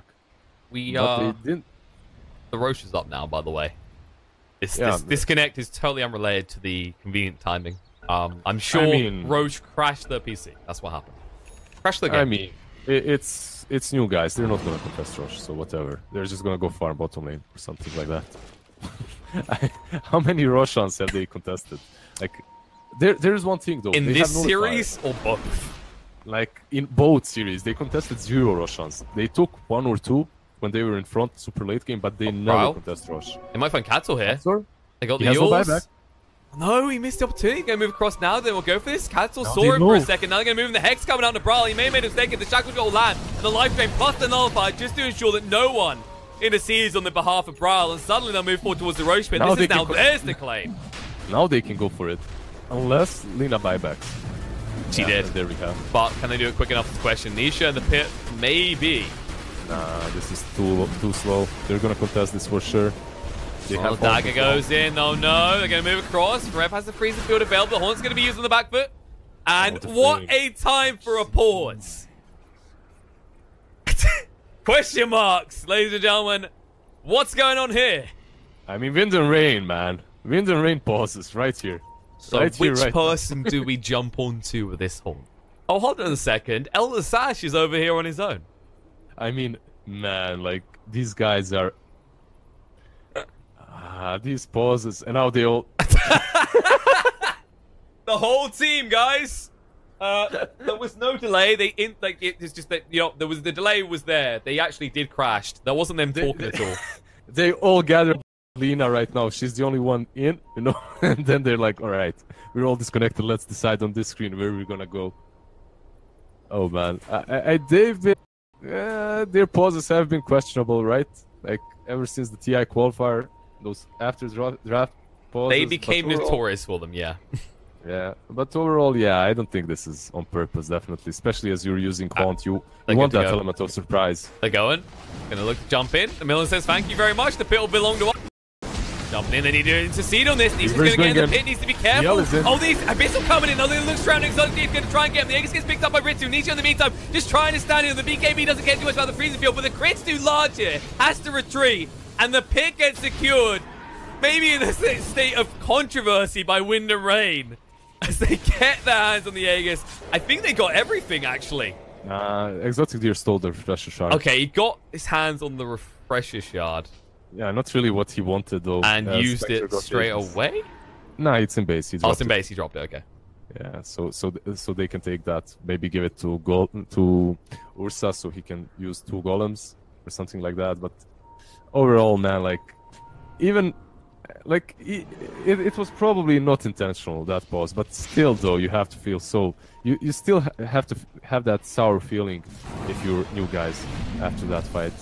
Just because of that pause, nothing more. Nisha, they see him, Abyssal, they'll actually find the Hex as well, the Hawk come through. They drop the Golem right on top of them, but the Laguna just shotgunning through the Weaver. They'll lose Brawl in return. Ritsu just going to stand fight. The buyback's coming out from both the Weaver and the PL looking to fight, and Millen is going to be left behind. They can't get him out. Every time this bear just has to sacrifice his life. They chase him for more. They'll find Kitrak as well. Katzel's right on top. No trees to shackle shot him to, but they'll slow him down long enough that the rest of them catch up, and Nisha will just melt through him. They do manage to get Spectre out, but bot lane as well. Yeah, buyback. There's no buyback on Lina. There's no buyback on Lina, and that's maybe a small opportunity for them to push in. There is still this Aegis on Spectre, and that's very hard to deal. There's another problem. They bought back first, so you're always at risk from this. How much they want to commit? You know what? Screw it. Exotic Deer says, let's go in. Why not? He's so damn tanky. He's as tanky as the Spectre at this point. Nisha, being a good boy and carrying away that cask. They can't really play the safe game any longer. They need to go for these Raxes. Jumping in, buyback coming in from Millen. Wants to get involved in this. Exotic already got one set of the racks on the back foot. The Abyssal coming out, trying to get a kill on Nisha. The 4-star plays good. Now the nullifier around Millen. He may went a little bit too deep. The refresher coming up from Patos. He wants to get involved in BKB. They drop the rock on top of Ritsu. They interrupt the freezing field. Now Millen's going to pull first. Ritsu disarm. He can't do anything here. He's surrounded, and this could be huge. It looks like you guys are going to do it. They'll pop the Aegis once. Can they do it twice? They need to buy a little bit of time here. The golems are in the base. Disarm coming out from the Decrepify Ritsu. They need to go now. This is the best opportunity. The BKB coming up from Ritsu. Patos may went over a little bit too hard there. He couldn't get the Hex out in time. They had no vision. He doesn't have buyback. Is he just gonna be satisfied by this? Apparently so. Like they're so scared right now. They haven't got buybacks on the rest of them. But the bottom lane, you still have 20 Oh god, come on. This is a huge error. They could have got at least 2 lanes here. They know they can't get mega creeps because of the tier 2 top, which Nisha's maybe going to go deal with now, but that was the best opportunity to end this game yet. Yeah, I mean, maybe that's a stretch. Ending the game is a stretch, but taking this bottom Rex, definitely. Even without Pugna, like Pugna, he could have ported out. Like he could have bought back and ported in with the travels. But even without Pugna, there's no BKB on Spectre. They definitely could have went bottom and taken that Rex. They better safe than sorry. They are being a bit careful there though. And Forev, like if he blinks in, hexes you, BKB into freezing field, he does a lot of damage, and you do not know if he has the freezing field on or not. And the frostbite duration is actually sick on him right now. When he frostbites you, you're rooted for 4.5 seconds. That's a huge deal. That level 25 talent from the Maiden. Absolutely. If they don't have the BKBs, it's a lot of risk. And oh, here we go. Nisha's actually picked up an Aeon Disc. So, someone a little bit different. In fairness, he does hit hard already with just the MKB and the Butterfly. And the Aeon Disc is great, and you can swap it out for bottle once it's used, if you want to, if you need to. You don't have to actually. The bottle, you can even sell it at this point. But bottle is don't get me wrong. Bottle is, yeah, the bottle is great because ever since the change for the 40-minute runes, 2 runes are spawned. Basically, you can win games late game off of runes. You get favorable runes, you get like an arcane rune or a double damage on this Weaver, and you can just push or take a good fight. So, new guys, man, proving to us that it's not just the Brood that won them that first game, because they're playing all right here. Like all those buybacks that they used them well, and they did take that Rax on mid. Well, they didn't get the bottom Rax, but still, they're in this game. They haven't given up yet. They have no reason to. I mean, you look at the net worth. Yep, new guys, they've got a good shot at this. Slight dip back towards the end, but suddenly, for a long time, we've just seen them holding against the Onslaught Winter Rain, but suddenly we see how quickly they can take the side of Winter Rain's base if they get a chance to reach high ground. Yeah, the thing is, this Phantom Lancer, he had his Nullifier, right? He's had it for a while now, and he has that Orchid now too, so he's gonna be able to basically doom a target. Nullify plus Bloodthorn, once he gets it. I mean, even Orchid right now is good enough. Oh, bottom lane. He just takes those illusions right in front of Ritsu. I mean, you want to take illusions away from the Spectre with Radiance because she can just push off lanes all the time with those. So, pretty good. Pretty good. A little bit risky, though, because Millen, he could be lurking around, and we've seen what he does already, dust Abyssal instantly. Oh, he saw him. Like, Millen even saw him take that, so he couldn't really catch him. It's just the fact that Nisha is running around with 750 movement speed. It's not really something you can deal with very easily. Well, I mean, we've seen it before, though. If Nisha does get hit by that Abyssal, he almost dies every time. He needs backup. Like, he needs a decrep or he needs a rock to reset. It's like, this is the nature of Weaver, though. Like, if you get locked down, you can't stand a fight. You have to just be elusive. Well, this Aeon Disc is gonna kind of help with that fact from now on. He didn't have it before, so from now on, once they try and go all in on Nisha, he's gonna be able to just Aeon Disc and use his ulti or Sokuchi to get out of the bad spot. So they have that. Like they have ways. Like they itemized properly, and they have ways of dealing with the aggression coming from Ursa and Lina, heroes that just blow you up so fast. And this Lina with the Daedals, like, she deals so much damage in seconds even. And we have Ritsu going in front. The rest of his team is smoked up behind. He's just waiting, basically. He's a little bit too hard to push on. They need to actually find Brawl. Brawl's been the solution. If they can eliminate him first, they flip these fights every time. Basically, they know. New guys, they don't even want to try and go on Ritsu. They are 100% certain everyone is behind him. And they're right. Wearing up, Millen. They spot him. The Hex coming out straight away. Can they get him quick enough? The Zap through. He's already on a half HP for stance as well. He can't use the erase, but they jump in the Elnis. The Hex coming out. They drop the rock, and it looks like they'll get the kill for Rev. Ritsu trying to stand and fight. The break on top and the Nullify as well. He needs some assistance here. He's surrounded on all sides. He should just be ran down. No one wants to get involved in this. He'll finally kill the Pugler. He'll give his life a return. The buyback coming out straight away. The Horn as well needs to get low on HP because of the Maledict. He'll jump in on the other side. Exotic is the next target. One more proc of that Maledict. He might actually just pop by himself. He can't slip through this doppelganger. He dodges out. He'll be fine. The Hex comes out of Brow, so he can't pursue further, but they keep Exotic Deer alive, and with it, their hopes of taking this second game. They are pinging out Rosh instantly, but the Rosh is not up. They don't have that luck. They don't have that luck. Rosh is not going to be up soon, so... Like, they instantly pinged it out. Like, let's go back. Let's try to sneak that Rosh away from them while Nisha is dead. Katzor? Oh, Katzor. This fine. is brave. Hex coming out, trying to move through. Shackle shot won't connect with Ritsu. The BKB comes out. Katzor's made a fatal error. The Decrepify doesn't matter. It's going to burn out to the Radiance.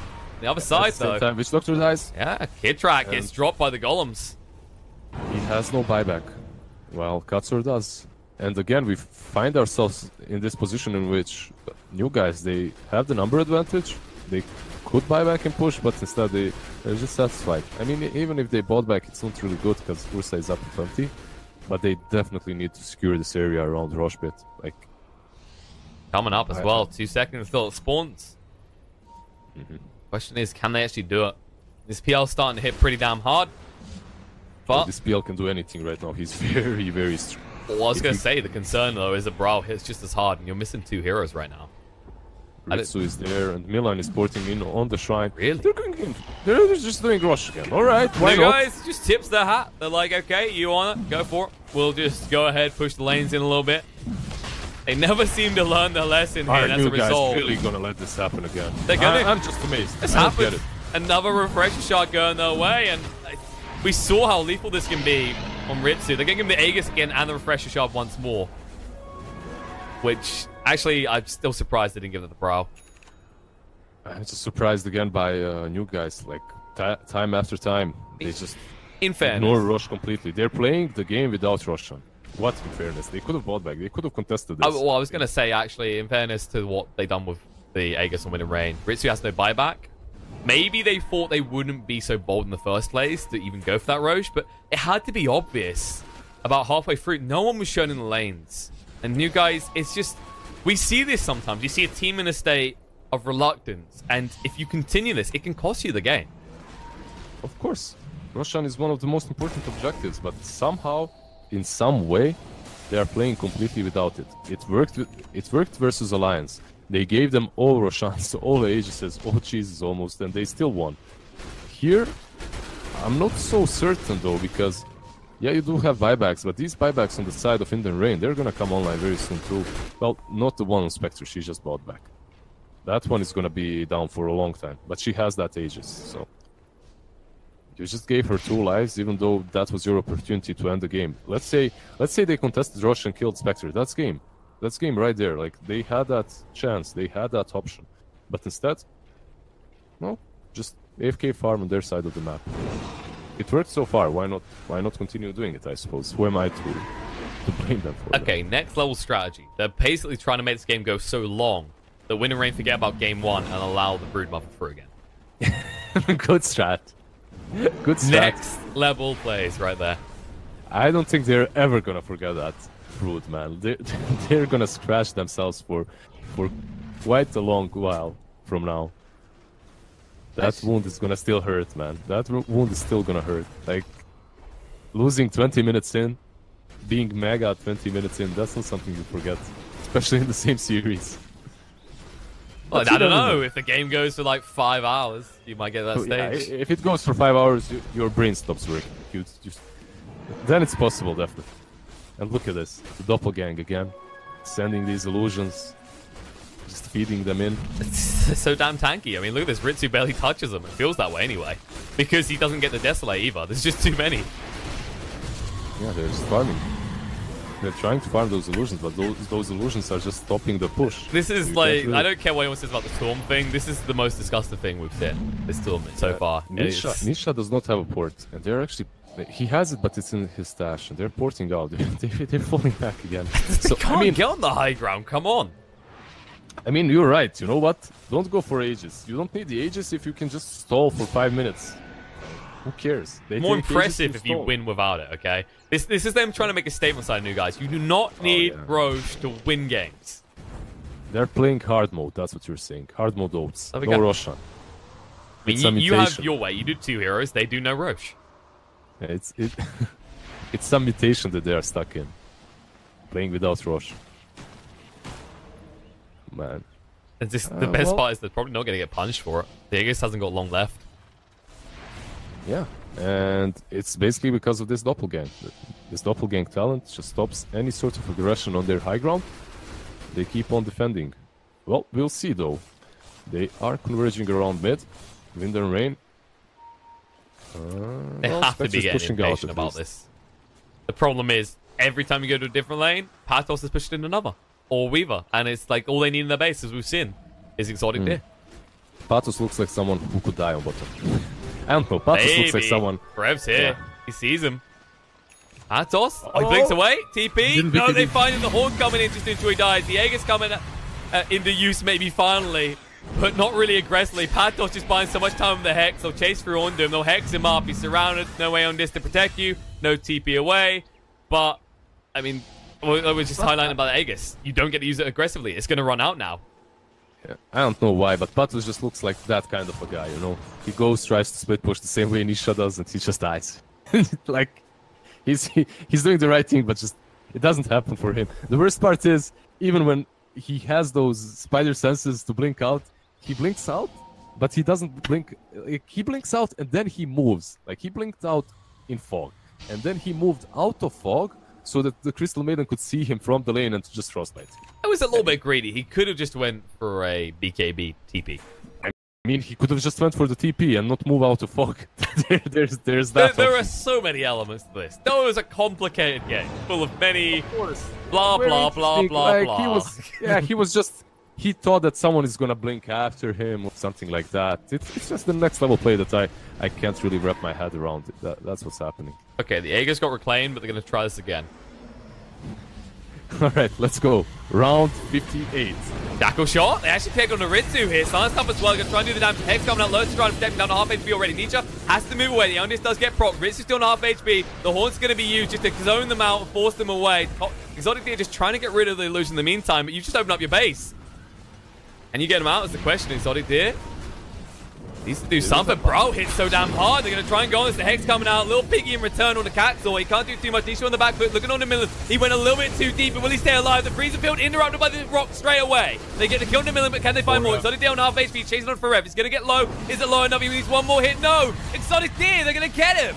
He has to buy back now just to hold this. They're going to stun up Nisha, trying to move away. He'll be able to run off with the Shikuchi, but the final hit, no. They'll find him. The shackle shot on the Ritsu's not going to achieve anything. There's no one really left to hit him. They get the racks. Buyback. But can they do more? The buyback's coming out. They need to punish Ritsu. The shackle shot is good. They need more damage though. The swarm's on top of him. Ritsu. Gonna be close. Hex. Oh, the clap coming out. Miller just trying to create that solo space. They'll jump straight back in. Nisha.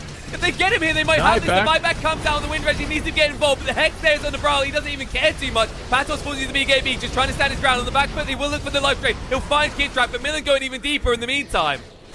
This Ursa just creates so much space. They'll jump in with the nullifier, but now the rock gets dropped again as Warlock finally drives. The shackle choke through is good. Brile, they might fight him this time, and Ritsu all alone now. That might be it. That's all they need. Millen go on the back foot, find the kill on the Patos. The buybacks are there. Brile getting involved once more. Millen, is he finally going to die? He's got the enraged spell again. He'll stay alive. They're going even deeper. Berev, Hex, they'll find him. Hex in return. Millen, he's going to die this time, or is he? He stays alive again. Exotic Deer can't be affording to chase this. This is just getting ridiculous. They refuse to leave the base. They're going to go on to Ritsu again. The life drain coming out. Looks like they might actually find him. Finally, maybe. Are they going to get him? No. Hexed up. He's looking to move away. He just refuses to die. Ritsu will finally hit the deck, but I don't want to have a countdown on that because that was way too long for Respect to stay alive. Everyone besides Spectre bought back on the side of Wind and Rain. And, I mean, kind of similar situation for the new guys. Well, Patos didn't have the buyback at start, but he did buyback later on. Nisha died back.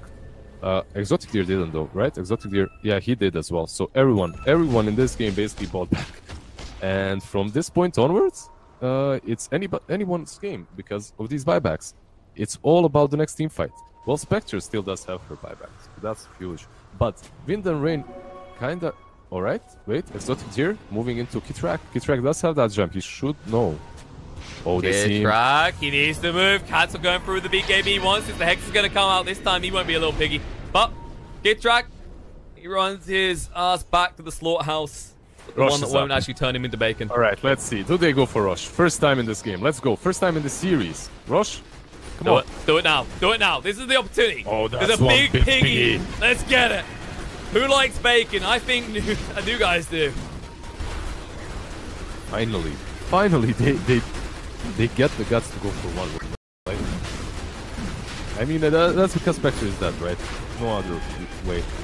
But overall, Wind and Rain, that bottom fight, they really showed you guys how it's done. Like, they bought back, they committed super hard. They're like 70 minutes in. They're like, okay, now we need Roche. We just want to prove the first hour doesn't require it. It did backfire for Wind and Rain, though, because now they're playing... I believe if Spectre bought back, maybe they could have committed to a fight around this Roche. Very unlikely, because Crystal Maiden was dead. But overall, now they're on the back foot, because there's the Aegis on Phantom Lancer. They can go in. Time to friend the high ground again. It's already just jump straight up, proving that doppelganger can be useful in the aggression as well as on the defensive. Yeah, but much easier to def than to attack high ground, so... Spectre refusing the buyback. Prowl already used the Shivas. Forev trying to move in. No target for him though. And Patos, let it begin. They jump in with the Haunt though. Ritsu just going super deep in with the BKB. The BKB on Patos over there. They drop the rock just to control him up. And Miller moves forward. The Abyssal. They'll just shred through Pugna. Now Exotic here. Forced to fight. He's got the Aegis available. He's going to use the freeze build. The Shackle Shot's good, but not good enough. They can't connect on the Forev because of the BKB. Nisha on the side just will melt through this TM in the end. The Hex coming out in the Brawl. The Shackle Shot again. They might have the control. The Eondis does get procced on the BKB as well. Brawl looking to stand fight, but Exotic here. BKB out. He's going for the Eondis again as a refresher is used for Brawl. Can he stand against this? Actually, Exotic Deer's the one who needs to run. The Shackle Shot through is good, but they're still going to lose the Warlock again. The Power Shot in the middle, they might be able to clean him up. And now Ritsu, Lord HP. If he dies here, this could be it. He does have the buyback available, but this could be costly nonetheless. Nisha going, and he wants this kill. Ritsu, instant buyback. He needs to defend this, but the golems are up, and guess what? They like to hit builds. The Hornet's coming out. He's maybe looking for a target, but who are you going to go after? Nisha. He's low here. Jump in, Shikuchi, the dagger. This is going to be close. Can he stay alive here? No regen rune, but he's still far enough away. And you still lose your range racks, your melee racks. Actually, might fall as well. They're going to get it. There's no way to stop these. The magic immune golems. It's going to be close. I think they've got just enough damage. Yeah, they get through it. The crits, RNG favors you, Brawl. But my god, you're teetering on the edge here. You've got 2 racks left in different lanes on the side of Wind and Rain. And they've expended all buybacks. Suddenly, neither team maybe want to make too ballsy of a move. It makes you wonder if Wind and Rain will be forced to try, though. I believe if you are new guys, you just wait now. You just wait for 3 minutes for your PL to have that buyback.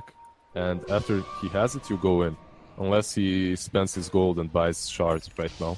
If he doesn't, I think you just wait for the buyback. Your Weaver is also on a 3-minute cooldown. 2 minutes and 30 on the PL. So that's definitely probably the safest move. But instead, they're going for Kitrak. They want him. Witch Doctor Shu himself. Lursorb goes out. The BKB used by Nisha. Decides against it, though. There's way too many people nearby. He'll just retreat with the Shikuchi.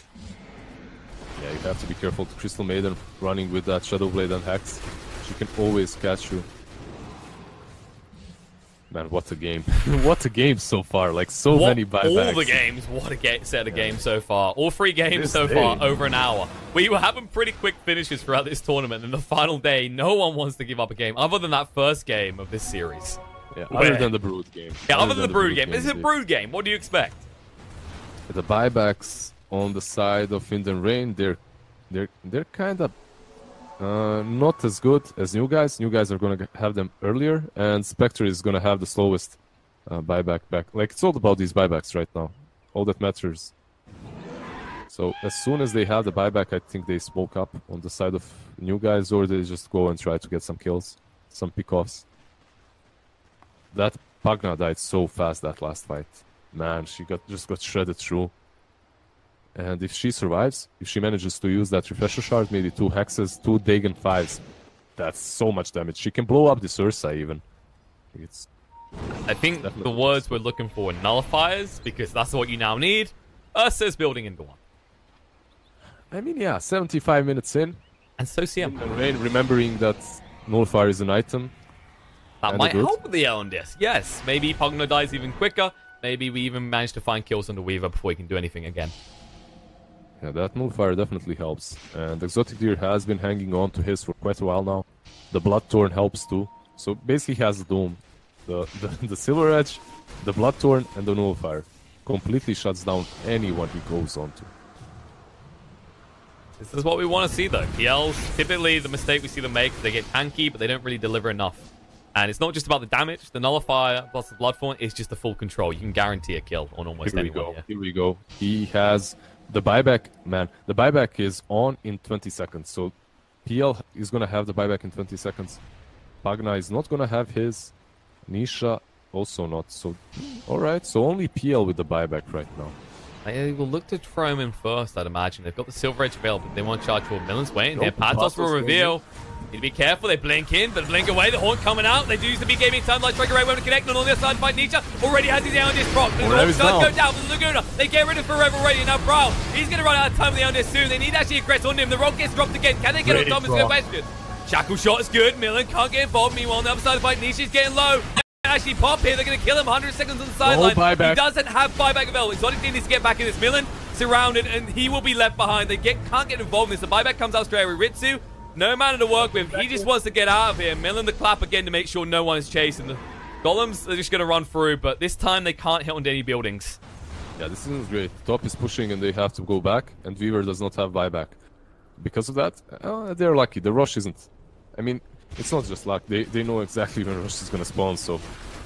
I mean, they have the timers. So it's not like they haven't planned for this. But overall, not so great for them. Not so great as they smoked up. And it's a good idea. They have the buyback on the PL and the Wind Ranger. But perhaps they should have went around. As walking straight uphill like that is always dangerous. It's always hard. They did get Forever, and they did get Millen. And those two had to buy back. So they did force those two buybacks. And the next fight, maybe... well, Weaver is very far away. He needs 2,000 gold for that buyback, so overall you can't really count on that. But maybe you just gave them another rush. What about that? I think new guy's strategy is guys, give them another rush. Let's wait. Let's chill out. I feel like they might want to take it. They finally, like, think about this. They got a taste of it, okay? They know what an Aegis can do for them now, right? Look what they've done to the top lane when they went in with Aegis, everything else to boot. Oh, look at this. They're actually sending illusions. They're checking for this rush this time. Scouting it. They're not going to give it away for free. Power shots too. Wow. Nice. A completely different Oh, thing. Hex coming out on the top though. They find Caxel. They'll jump straight in. The Abyssal. But no, Elendis plus the BKB. You'll be able to get away. They did actually force the Haunt used as well. Spectre can't do anything with that. She does have a Refresher, so she can use the Haunt again if she decides to. Refresher, swap the BKB in that slot, and then go and fight. Millen goes in, but actually gets caught here. Needs to be careful. The Haunt's going to come out again on the back, but looks like they're already getting rid of Wind Ranger. Cancel is gone, and now Nisha forced to fight. Can he do enough damage to Brawl? No, Brawl actually hits a lot harder. He's going to be actually forced to retreat here. They do get the kill to Millen, but now Brawl, Elendis finally gets procced. Exotic got involved. He's the hard hero on their side. Can they do this though? The Mute coming out to Ritsu, looking to move forward. Actually, Exotic did go into defensive with that doppelganger. He might move in with the illusion, but he doesn't want to commit himself. On the other side, Shackle shot's good. Oh, the Hex on the Bra as well. They just zap him down to half HP. It looks like they actually might get him. Chasing on the Kid Track as well. He has no easy escape from this. They might be forced to use the buyback on the lean. The buyback comes out from the Warlock. They need to defend their tier 4s because the creeps are pushing in. But all of a sudden, Wind and Rain, their backs are against the walls. And they are getting ready to go for the final push on the side of New Guys. Lina has to spend her buyback here, that's for sure. They're gonna have to defend this tower. The Crystal Maiden and Witch Doctor plus Spectre it's not enough. Unless New Guys just decide not to push. That's always possible. Because they've been making these save moves. Hex coming out, Hex in return, and actually they dropped the rock already. The buyback forced on Lina already. Rock. The second rock coming out, Ritsu. He can't get involved just yet. He has to deal with these golems quick, but now the BKB coming out. Needs to move away fast. He is tanky, but can you actually stand against this for long? Yes, you can, so they go for the back foot. Brawl, silenced up, nullified as well. If he dies here, this might be it. They get the Hex. They kill him off. 120 on the side. Ritsu all alone. They might actually get him as well. He just tries to hide on his ancient, but it's futile. New guys, they throw everything but the kitchen sink at Wind and Rain, and they've finally done it. They'll be able to take the ancient. They'll be able to close this game out. And going into game 3, most people were expecting Wind and Rain to be up by now, but New guys 2-0 in the end. Man, the team that lost to them just yesterday, the team that got 2-0 yesterday are 2-0 right now. A great performance by them, honestly. They played really well. No GG is called from... Alright, Radiant, alright. Okay, Forev. Forev calls a GG. Okay. No one else did. Good guy, Forev. Yeah. He made sure to be polite, fulfill customs, and then leave the lobby. Overall, New guys are just completely... I don't know. I don't understand this team. They don't contest Roshan's. They don't push when they can, even though they very well know that these guys don't have buybacks. They just play so safe, and they play a game for ultra late game. Like, they play 80 minutes into the game. This is, what, the third game that we watched that went this far away, right? Versus 2 games versus Alliance, and now this game. It also ended in 1 hour and 20-minute mark. So, this Exotic Deer, man, he just knows his strengths. He defends that high ground so well with the doppelgang spam once he's level 25. Yeah, very amazing play from them. I feel like PL's probably gonna get banned out next game, but yeah. Don't forget about Elisage, by the way. This Warlock did a lot more than you. That's Warlock late game though. It does so much work regardless. It's hard to actually deal with in a fight. Usually once he gets that death talent, suddenly you kill him, he's still actually contributing. Yeah, it's like Undying, right? He drops the tombstone on that. This guy drops the rock on his dad, and also they're magic immune. So it's very hard for Wind and Rain to deal with those rocks. Forev, a couple of times he had to BKB and just port out afterwards instantly because he was he had fatal bonds on him, and the golems were just crushing everyone around, so he had to just port out. Now, normally this would be a team out, but we got best of 5 list. Wind and Rain, they got one more shot at this to see if they can fix their draft. Like, I don't know if it was exactly a draft. Maybe ban the PL would be my advice, because New guys just seem to use this way too well. Let's see a Brood again. You called it, man. They forgot about the Brood after 80 minutes. We'll find out in just a few minutes, guys. Hello, and welcome back, guys. We've returned for Game 3 of the BTS Summer Cup Grand Finals between Wind and Rain and New guys. And New guys, they are 1 victory away from going directly to Summit 9. That's right. Right after the game, we're going to have someone come around to their house in a white van, kidnap them, throw them in boxes, and then I don't think we're a business class. It's probably going to be Eco plane ride them across the Atlantic to the BTS studio. They're going to be in one of those Wizz Air budget airlines, Ryanair. No seats, no drinks. I mean, they're in boxes anyway. That's not like they're going to get to see these things. Yeah, Summit is going to be like, they're Polish. They won't mind. Put them in a budget airline. No seats at all. Just they have to lie on the ground, you know. Sounds like someone's had bad experiences with Polish airlines. I'm raising my hand right now. You probably can't see it, but yeah, that's me. I'm not really... It's not even only about the Polish, it's about all these Slavic airlines. There's a lot of budget ones. Even the non-budget ones are like your Western budget ones, you know? So, yeah. Okay. Anyways, enough of these airlines. Enough of slandering airlines and having lawsuits come flying towards us in BTS. Let's focus on the draft. Banned. Yes, it got banned. They've had enough of this. About time. Crystal Maiden, though, it's not banned. Who's going to get it, though? Wind and Rain? They got first pick. Did they grab it? I mean, they lost twice with her. Do they stick with it? Commitment, right? Like, that's what we've been seeing through this series so far. The first picks weren't the problem. We'll pick them again. Honestly, New guys, they just play such a... I mean, at this point, I'm allowed to say that their Crystal Maiden seems so much stronger. Like, the way that... It was Katsur that played it. The way the Katsur plays it is just amazing. And they instead go for the Witch Doctor. All right. Should mean New guys get CM here. Well, they don't get the first pick on the Crystal Maiden. But New guys, Morphling. Okay, they go for the Morphling instead. So no CM, or there it is. CM. They were trying to bait us in. We knew it was going to appear. Oh man, Nisha, Morphling. Wind and Rain, though, they do have Morphling players, and they should know what works really well against him. They should be able to draft against that. But Morphling and Crystal Maiden. This combo, I like it. I really like the boldness of them. Like, is it gonna backfire or not? We're about to see. But first picking your Nisha hero is amazing. Yeah. This Crystal Maiden though, if they win with it after Wind and Rain lost twice in a row to it, that's the ultimate. That's the ultimate BM actually. Like when you win with a strategy that the enemy team lost like twice, that's just like there's no comeback from that. You disband. Just go disband. That's it. No, I'm kidding. But Crystal Maiden is really strong, and you guys, I mean, Forev and Milan, they both played it really well. But first game there was this Broodmother, and the second game, I don't really agree with the item choices of Crystal Maiden, but overall, she had a lot of impact. It's just that new guys played a bit better. Oh, and we see a Titan. All right. Are we gonna see a Magnus from in? Usually that's what they combo with this. So Elder Titan Magnus dual offlane. Oh, and also I actually Elder Titan man versus Morphling. That hero is so good. Like we talked about this the last time we saw this matchup. Elder Titan is one of those heroes that at any part of the game provides you with an ability to completely shut down Morphling. Because Morphling, he's all about those attributes and about base resistance and base armor, and Elder Titan with his natural order, he completely negates that. So a really nice pick from them. Elder Titan, I like it a lot. And instantly new guys ban out Void. Elder Titan plus Void Morphling is done. You just cast that spirit in the Chronosphere. If the Chronosphere caught Morphling, and you can just kill him with 2-3 items at any point in the game.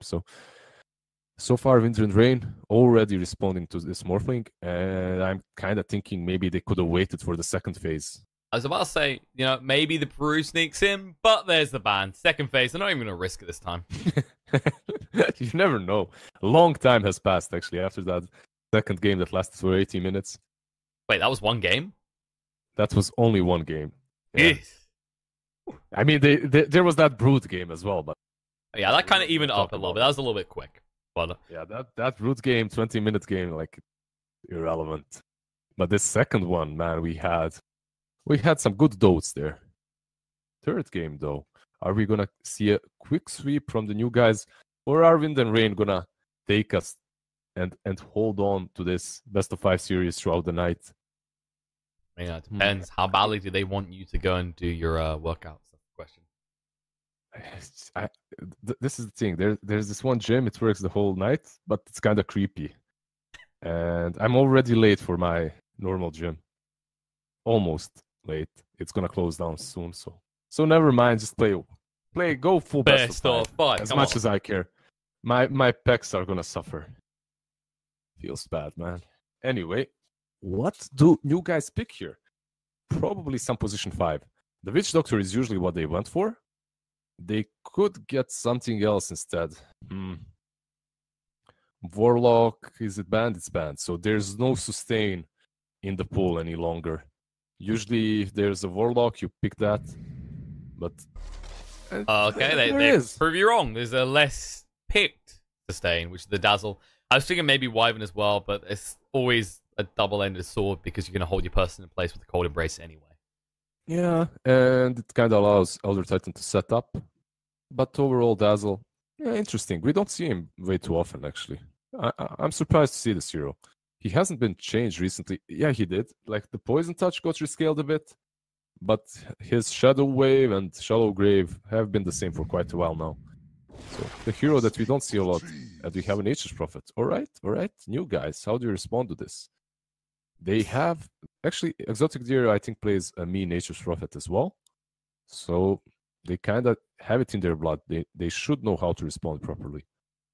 They should have an... Well, I mean, Nature's Prophet for a long time was first ban material anyway. It's always been that hero that bounces back and forth between the two. Yeah, it's good against new guys, though, because they're all ranged, and Morphling wants to be full agi, but with the trees hitting on him, he can't. Usually, how you deal with Nature's Prophet is that you get... You get either a hero with high armor, or you get someone like a Weaver maybe, but yeah, Weaver isn't that great either. The Void is banned, which is kind of decent. There's Terrorblade, there's Sven. All right. Sven, you called it just in time. I called it before it was picked. Excuse me. I called it just in time. Yeah. I mean, honestly, Terrorblade and Sven were like few patches ago, they were the go-to heroes that you need to ban if you want Prophet, or that you pick if it's not banned and Prophet is picked versus you, obviously. So Sven is picked. But man, this hero is definitely not in the meta. But I like it because it gives some extra armor versus Elder Titan. So you have that battle cry. It can help versus Elder Titan as well. War cry, battle cry, whatever it's called. So you have that, and you can deal versus Nature's Prophet fairly well. But it's greedy, man. Like we just haven't seen this hero a lot, and he kind of fell off. I felt like partially it was due to the introduction of Aeon discs. Yes, you can get nullifiers, but it kind of put you an item further behind on being ready to just take fights and kill heroes, right? Because Sven's always been that hero. You jump in, you've got your big fat Daedalus, you've used your ultimate, you stun someone, 2 hits, they're gone. Aeon disc just laughs in your face and says, no. See, 60%, no less. I wonder how they're gonna play this on you guys, though. Are they gonna go few patches back? I mean, this is most likely Morphling mid, right? If Sven is picked, they can roll Morphling Sven mid, perhaps very unlikely, or they can completely switch it up, get a mid hero, and then do dual lanes like Sven +1 versus the Furion, and then Dazzle plus Morphling maybe. But it's so hard, and then you have the TA that you have to deal with, and none of these heroes actually deals very well on mid with her. So if I was in the rain, perhaps I would actually do just that. Get something that's kind of decent versus TA, and then figure out the way you lane. Somehow get this Sven versus the Nature's Prophet. It's not easy thing for them to do, though. And I'm not certain if Patus plays that Sven. A little bit of a horror story as well, because the Natures can easily gank mid, right? So it's like Templar Assassin will be enabled this game.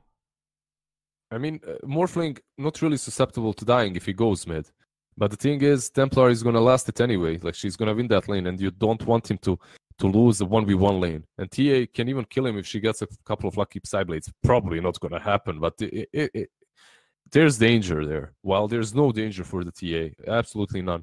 Maybe Crystal Maiden rotations, but unlikely if she's forced to stay on that lane, on some of those lanes and pressure them. And this Sven pick, just put them in such a gridlock. Like they're cornered. This Nature's Prophet just forced out the Sven pick, and because of that, this TA is a 4th pick, not even the last pick. And I already see her having a good time. And if she doesn't have a good time, if they pick something that pressures that TA, then their side lanes are iffy. You're gonna have most likely like a Maiden Sven and Dazzle Morphling, but I don't know. I don't like either of those lanes. So far, Wind and Rain, like I like their drafts right now. I like it a bit better. And the Underlord ban. I mean, it's almost like new guys were a little bit reliant on that PL pick. It's almost like they played that PL for the last 6 games that I have watched them play. Almost. That's just a few. You know, we're still in single digits. Games, yeah. Yeah, they had the lone druid at one point too. And they get the drow. Oh man. This feels bad. I mean, it's cocky, but they've got the lineup to exploit it. They can get away with this pick. Exactly. If only Brood was not banned, then maybe new guys would have a favorable lineup. But I just wonder what are they gonna pull off here? Like, because right now, if I'm the drafter, I'd be telling myself, it's hard. It's looking hard. Brainstorm, boys. What do we pick? What fills the gaps? Because there's many that need to be plugged right now. Yeah, because most likely what they're gonna do is get an offlaner, right? You need something that can dominate versus Drow, but at the same time, it's Drow Witch Doctor. It's not super hard. Plus the Crystal Maiden, maybe something with the slow. Maybe something with armor as well would be good. If you even decide to go like that, you can still decide to dominate TA, and they get first. Well, all right. Not bad. That gives you a jump onto the Ritsu Drow Ranger, but you still don't really have a solution for Brow. The TA is going to have a fun lane, to say the least. Yeah, Brow is going to have a fun lane, especially now as he has that aura from Ritsu. And the last time Patus played the Centaur, he didn't really do way too well. But with that Aghanims, they did well later on. However, in this game, if he doesn't do way too well on that lane, they can just crumble because their mid lane isn't favorable either for them. Their mid lane isn't great. So because of that, if they fail the top lane as well, and the bottom is definitely going to be pressured. Even this, I mean, it's for Nature's Prophet. It's position 3 Nature. But at the same time, like, he hits hard because of Drow. So this Drow kind of enables her whole team, and she doesn't even have to win that lane. If it so happens that they don't even win that safe lane on the side of... if it happens that they win the safe lane with Drow as well, it's going to be a disaster for new guys. So they really have to... I think this is the hardest draft for them so far. All on the back of this Nature's Prophet pick. Ground strats have slowly been sneaking back into the meta somewhat. It's going to be interesting to see what happens here. Maybe we'll have that awkward realization that every game in the series played with CM will be a loss. Let's see if new guys can prove that wrong, though. Yeah, talking so much about that CM, and then she rolls into the grand finals, even though she just did so well in the semifinals. Let's see, though. Like, I'm not going to rule out new guys just yet. This Centaur can provide them with an ability to close distance, and Nisha's Morphling is something you always have to be worried about. Like, this guy is so good on that hero. Bottom lane, Katsur, Ritsu, yeah, just poking him a bit. They got there slightly sooner, they would have been able to find him. On top lane, 4 already zoning these two out. I mean, we don't see a lot of Furion either, but the hero is definitely strong, and I believe he's in a better spot than this Sven. I just wonder, though, if people focus themselves on stacking a bit more, like getting that Sven in a better position and focusing their game around those stacks, maybe Sven would even come back again, even versus those Aeon discs. This hero can snowball, though. It's possible. That's kind of the interesting part about this lane as well, is because Milan will want to stack up to get the extra damage with the Astral, but you could just be helping recovery for Exotic Deer if he starts to fall behind. Yeah, if he finds those stacks, definitely. Especially if you stack his own jungle, which sometimes happens. Like, the Elder Titans tend to do that, just to get more damage on the Astral Spirit. So. Well, top lane looks dangerous for new guys. Bottom lane looks dangerous for Wind and Rain, but they do have sustain from Kitrak. Same thing on top with that Dazzle. And on mid, I don't know. We'll see. Like, we'll see how Nisha is gonna fare against Bryle. And Bryle already hitting him with those Psyblades. The fortification on the creeps. It's pure damage as well, so it does do a lot of work. Nisha, he's gone full agi just to be able to contest the last hits, which is understandable here. Yeah, but the thing was, like, he went full agi, and then Bryle fortified his creeps so that he could land Psyblades more often on the morph. It was great. And at the same time, he wasn't pushing. So harass with Psyblades without pushing seems good, man. Balance.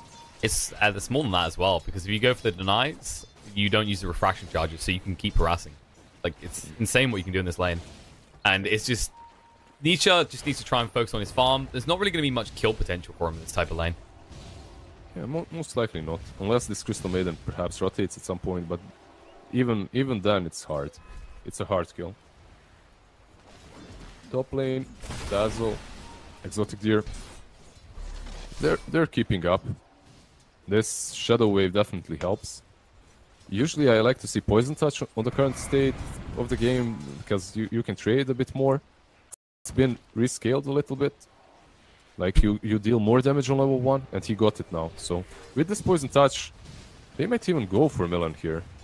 Has to be a bit careful. He's super tanky, and the Fairy Fire. A little bit too tanky. In the mid lane, Nisha almost made a fatal error there, as Brawl was fighting Sideblades when he had no HP. And while we're talking about it, actually, no, they do get the kill on the Milan. He really... Did he walk back in? He walked back in. That's what's up. That's overly brave. This is a Sven. You have to respect the Stormhand. Mid? Going in. Brawl. Nisha might get in. He gets it. Cancel comes across with a Crystal Nova. Instantly TA pings him out. It's like, in with Rune, Baby Rage. How did he get that? Apparently, he walked to the river at the 2-minute mark. Apparently, at the 2-minute mark. Yeah, you can find runes. There are these magical things called runes that give you certain abilities. But still, Nisha, man, blocks him out there. Oh, Nisha getting lower. This is what I'm talking about. This is why I was looking mid at the time, because he keeps doing this. Yeah, but... Oh, Nisha again. Refraction to protect him. The Crystal Nova coming with Catzel won't matter. In fact, Kitrak was nearby anyway. Might just throw out a cast just to get some harassment out here. Yeah, just cancelling his celerity. and zoning out the CM. But overall, man, if there. What? There. Nisha, nice. Yeah. Okay, Psyblade. these are kills that should not be happening. These are mistakes. We talked about this in the drafting phase, that it's possible for the TA to get him with the Psyblades because Morphling wants to go edgy so that he can last it even versus the refraction, and he's basically playing around fire. He gets punished. Bottom lane Patos. Yeah, the cast bounces back onto him. He actually might fall here with the slows from the frost arrows. One more hit will do it and they'll get him. Yeah, so they kind of come back into this laning stage. They had a rough spot for a minute there on the mid and on the bottom, but then they get the kills out and they're back. Pretty good for them. Overall, though, Morphling is doing quite fine on mid. I just keep checking in on there. Like, he's doing well on CS, but top it's just adorable to watch your time. Millen, diving on him. The stomp's going to come out. He is going to be caught. Poison though. No, it's going to be close, but he will live. And Exotic D in return needs to run away here. Getting pretty low for Rev. Using this route, cuts the trees. Will look to move away. He has got the salve as well, so he'll just heal up. And actually, for Rev, TPing in here. Yeah, but he might turn around. Stormhammer. They'll turn around on top of him. For Rev may have made a mistake. Use the Shadow Wave. Alasash. Nice blocks. Not good enough, though. The Stomp coming out, which means Millen has covered that escape. Yeah. A nice lane stage so far on top lane. Very interesting. Back and forth.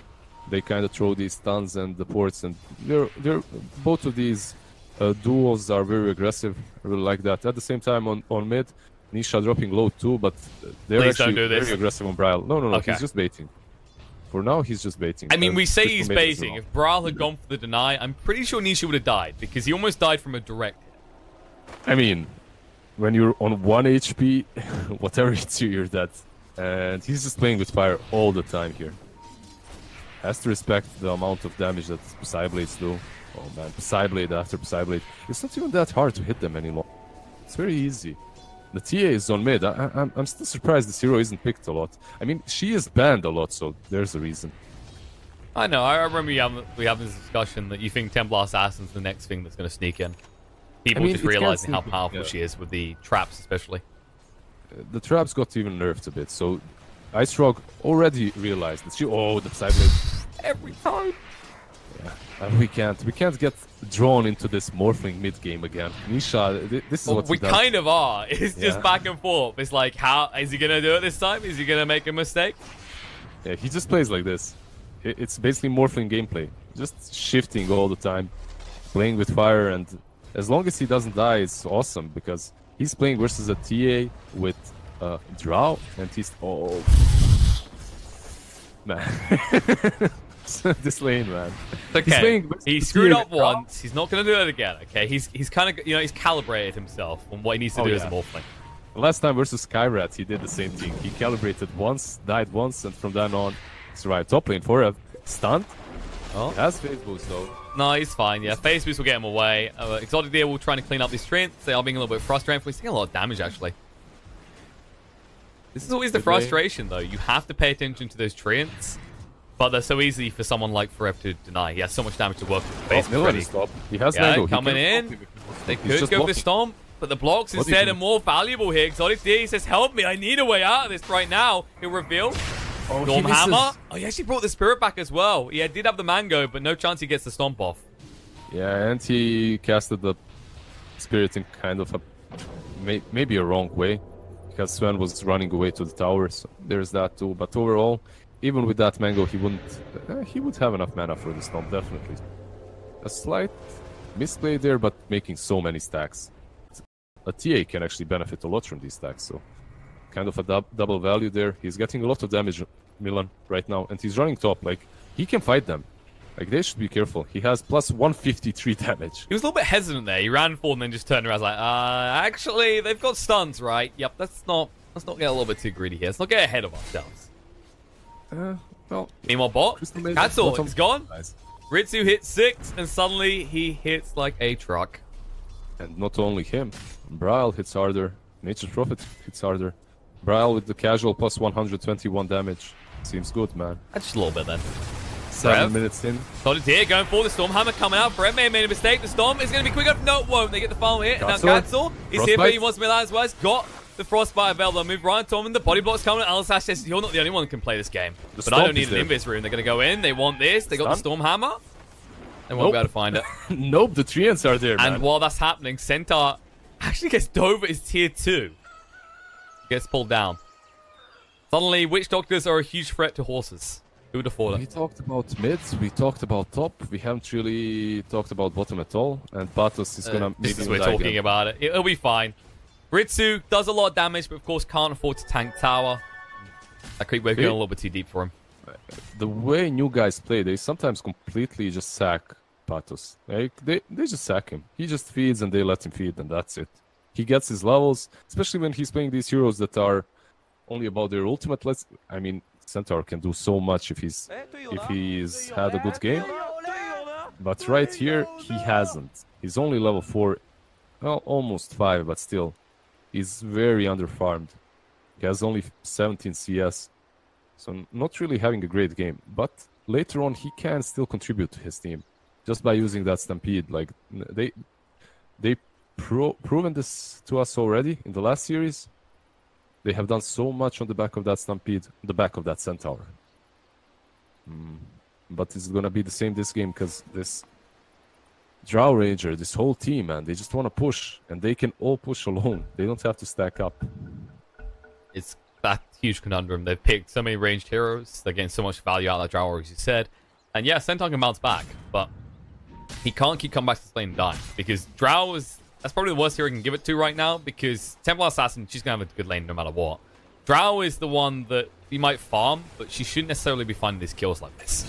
Right. And as we speak of that... Kills Nisha. Sonic traps. And... Yeah, trap and the ulti, and that's it. He was way too low. Okay. Feels bad for him, actually. Like, he's always playing on this low HP, and he's playing where... Forgot about that. Hammer coming up Millen. They're trying to move on him. They've got the Frostbite available, hold in place. Gold Strength's been used. The Stomp. Oh, he gets it off, but it won't matter. Cancel cleans up the kill with the Crystal Nova. There's a TP response coming in from Brow. Can he do enough? He's going to put the trap down, and the body blocks is what it did. Going for the TP out, he'll be able to find it. He's fine. At the same time, they're losing the tier 1 on bottom. Yeah, that's gone. That's long gone.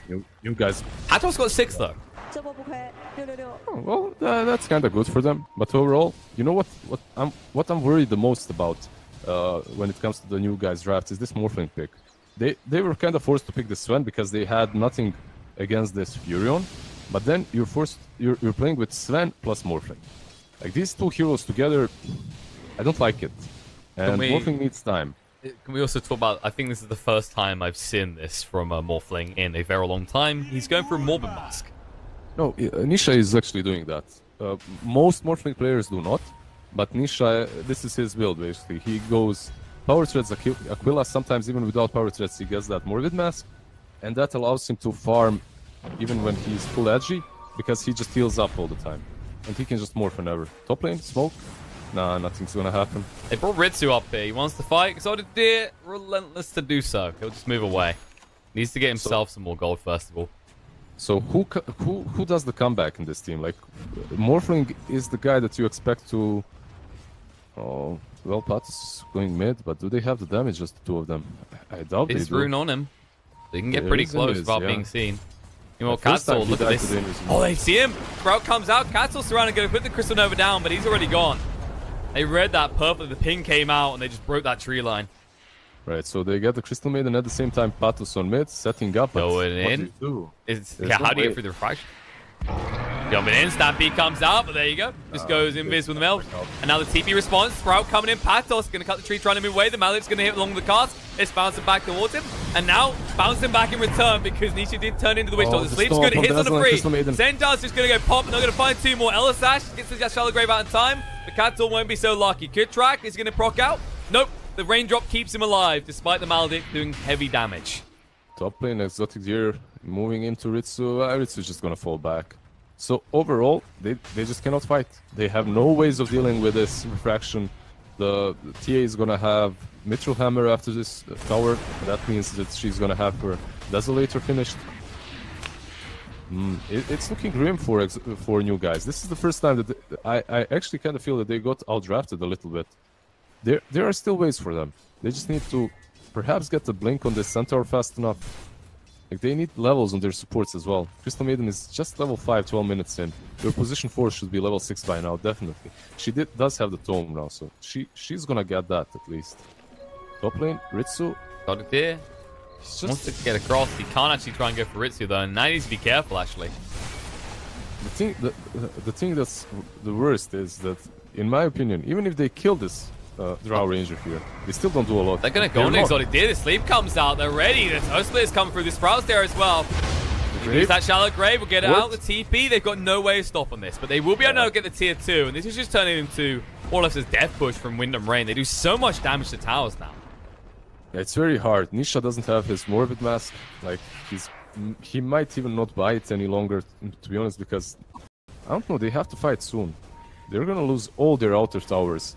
And with this Desolator, there's nothing stopping Wind and Rain from taking Rosh either. They're in a really bad spot. Katsor gonna be that cask just doesn't, like, he just didn't have the vision to completely cast it. Well, yeah, Rosh. You said about that Rosh, they're gonna go in. The tree's already warming it up for Brawl here, and they see that Desolator, so much damage. What? Stampede coming in for F, trying to move on him, but the TP response. 2 already coming with Sprout. Pathos can the end. Got the Clone Blade for another 2 seconds. Tries the TP, but it's too late. He's gonna fall. That was a brave and wishful TP, if nothing else. Yeah, and the brave Stampede as well, but they're in such of a bad situation that they have to make those risks. That's actually just sad to see. Just kind of like, yeah, let's go. Alright, bye. I'm leaving. This is more or less that complete turn. It's like, we can do this. This may not have been my best move. Yeah, the worst part is on top, Exotic Deer. Maledict's on him. Has to throw out the Stormhammer, but forever we have to find the cast, the Death Ward. They've got vision, and Exotic Deer, he decides to hide in the Sprout. This is his little house now. Please don't hurt him. Little tree house. Definitely not a place to hide, but that's the only way he could have fled, so... Unfortunately, no grave for him this time, and he dies. Lost your Sven, who went for Mask of Madness. So, yeah, Mask of Madness, that reduces your armor by 8 versus TA and Drow Ranger. It's great, but good luck with that. I mean, he doesn't really have a choice, but yeah, you can see the flaws in this. And Pathos, he can stand here and stare, but this is a preview. You have no touchy. Bro just wants to hit the towers. That Aegis, he can do so without much threat to him. Nisha going for that Yasha. This is Ursa plus Crystal Maiden offlane. So forever Ursa. That would be a twist. Like, that would be definitely a slight little twist. I would love to see. And then they can last with the carry. That would be kind of cool. And Ursa versus Pugna isn't really great because you're going to get the crap fight all the time. So that's not the lane. You don't want Ursa versus Pugna. Sorry, not Pugna, Pugna. You don't want to lane Ursa versus Pugna and Wind Ranger. So you just send him on the off lane with the Crystal Maiden versus Phantom Lancer, who's melee. And then you win that lane.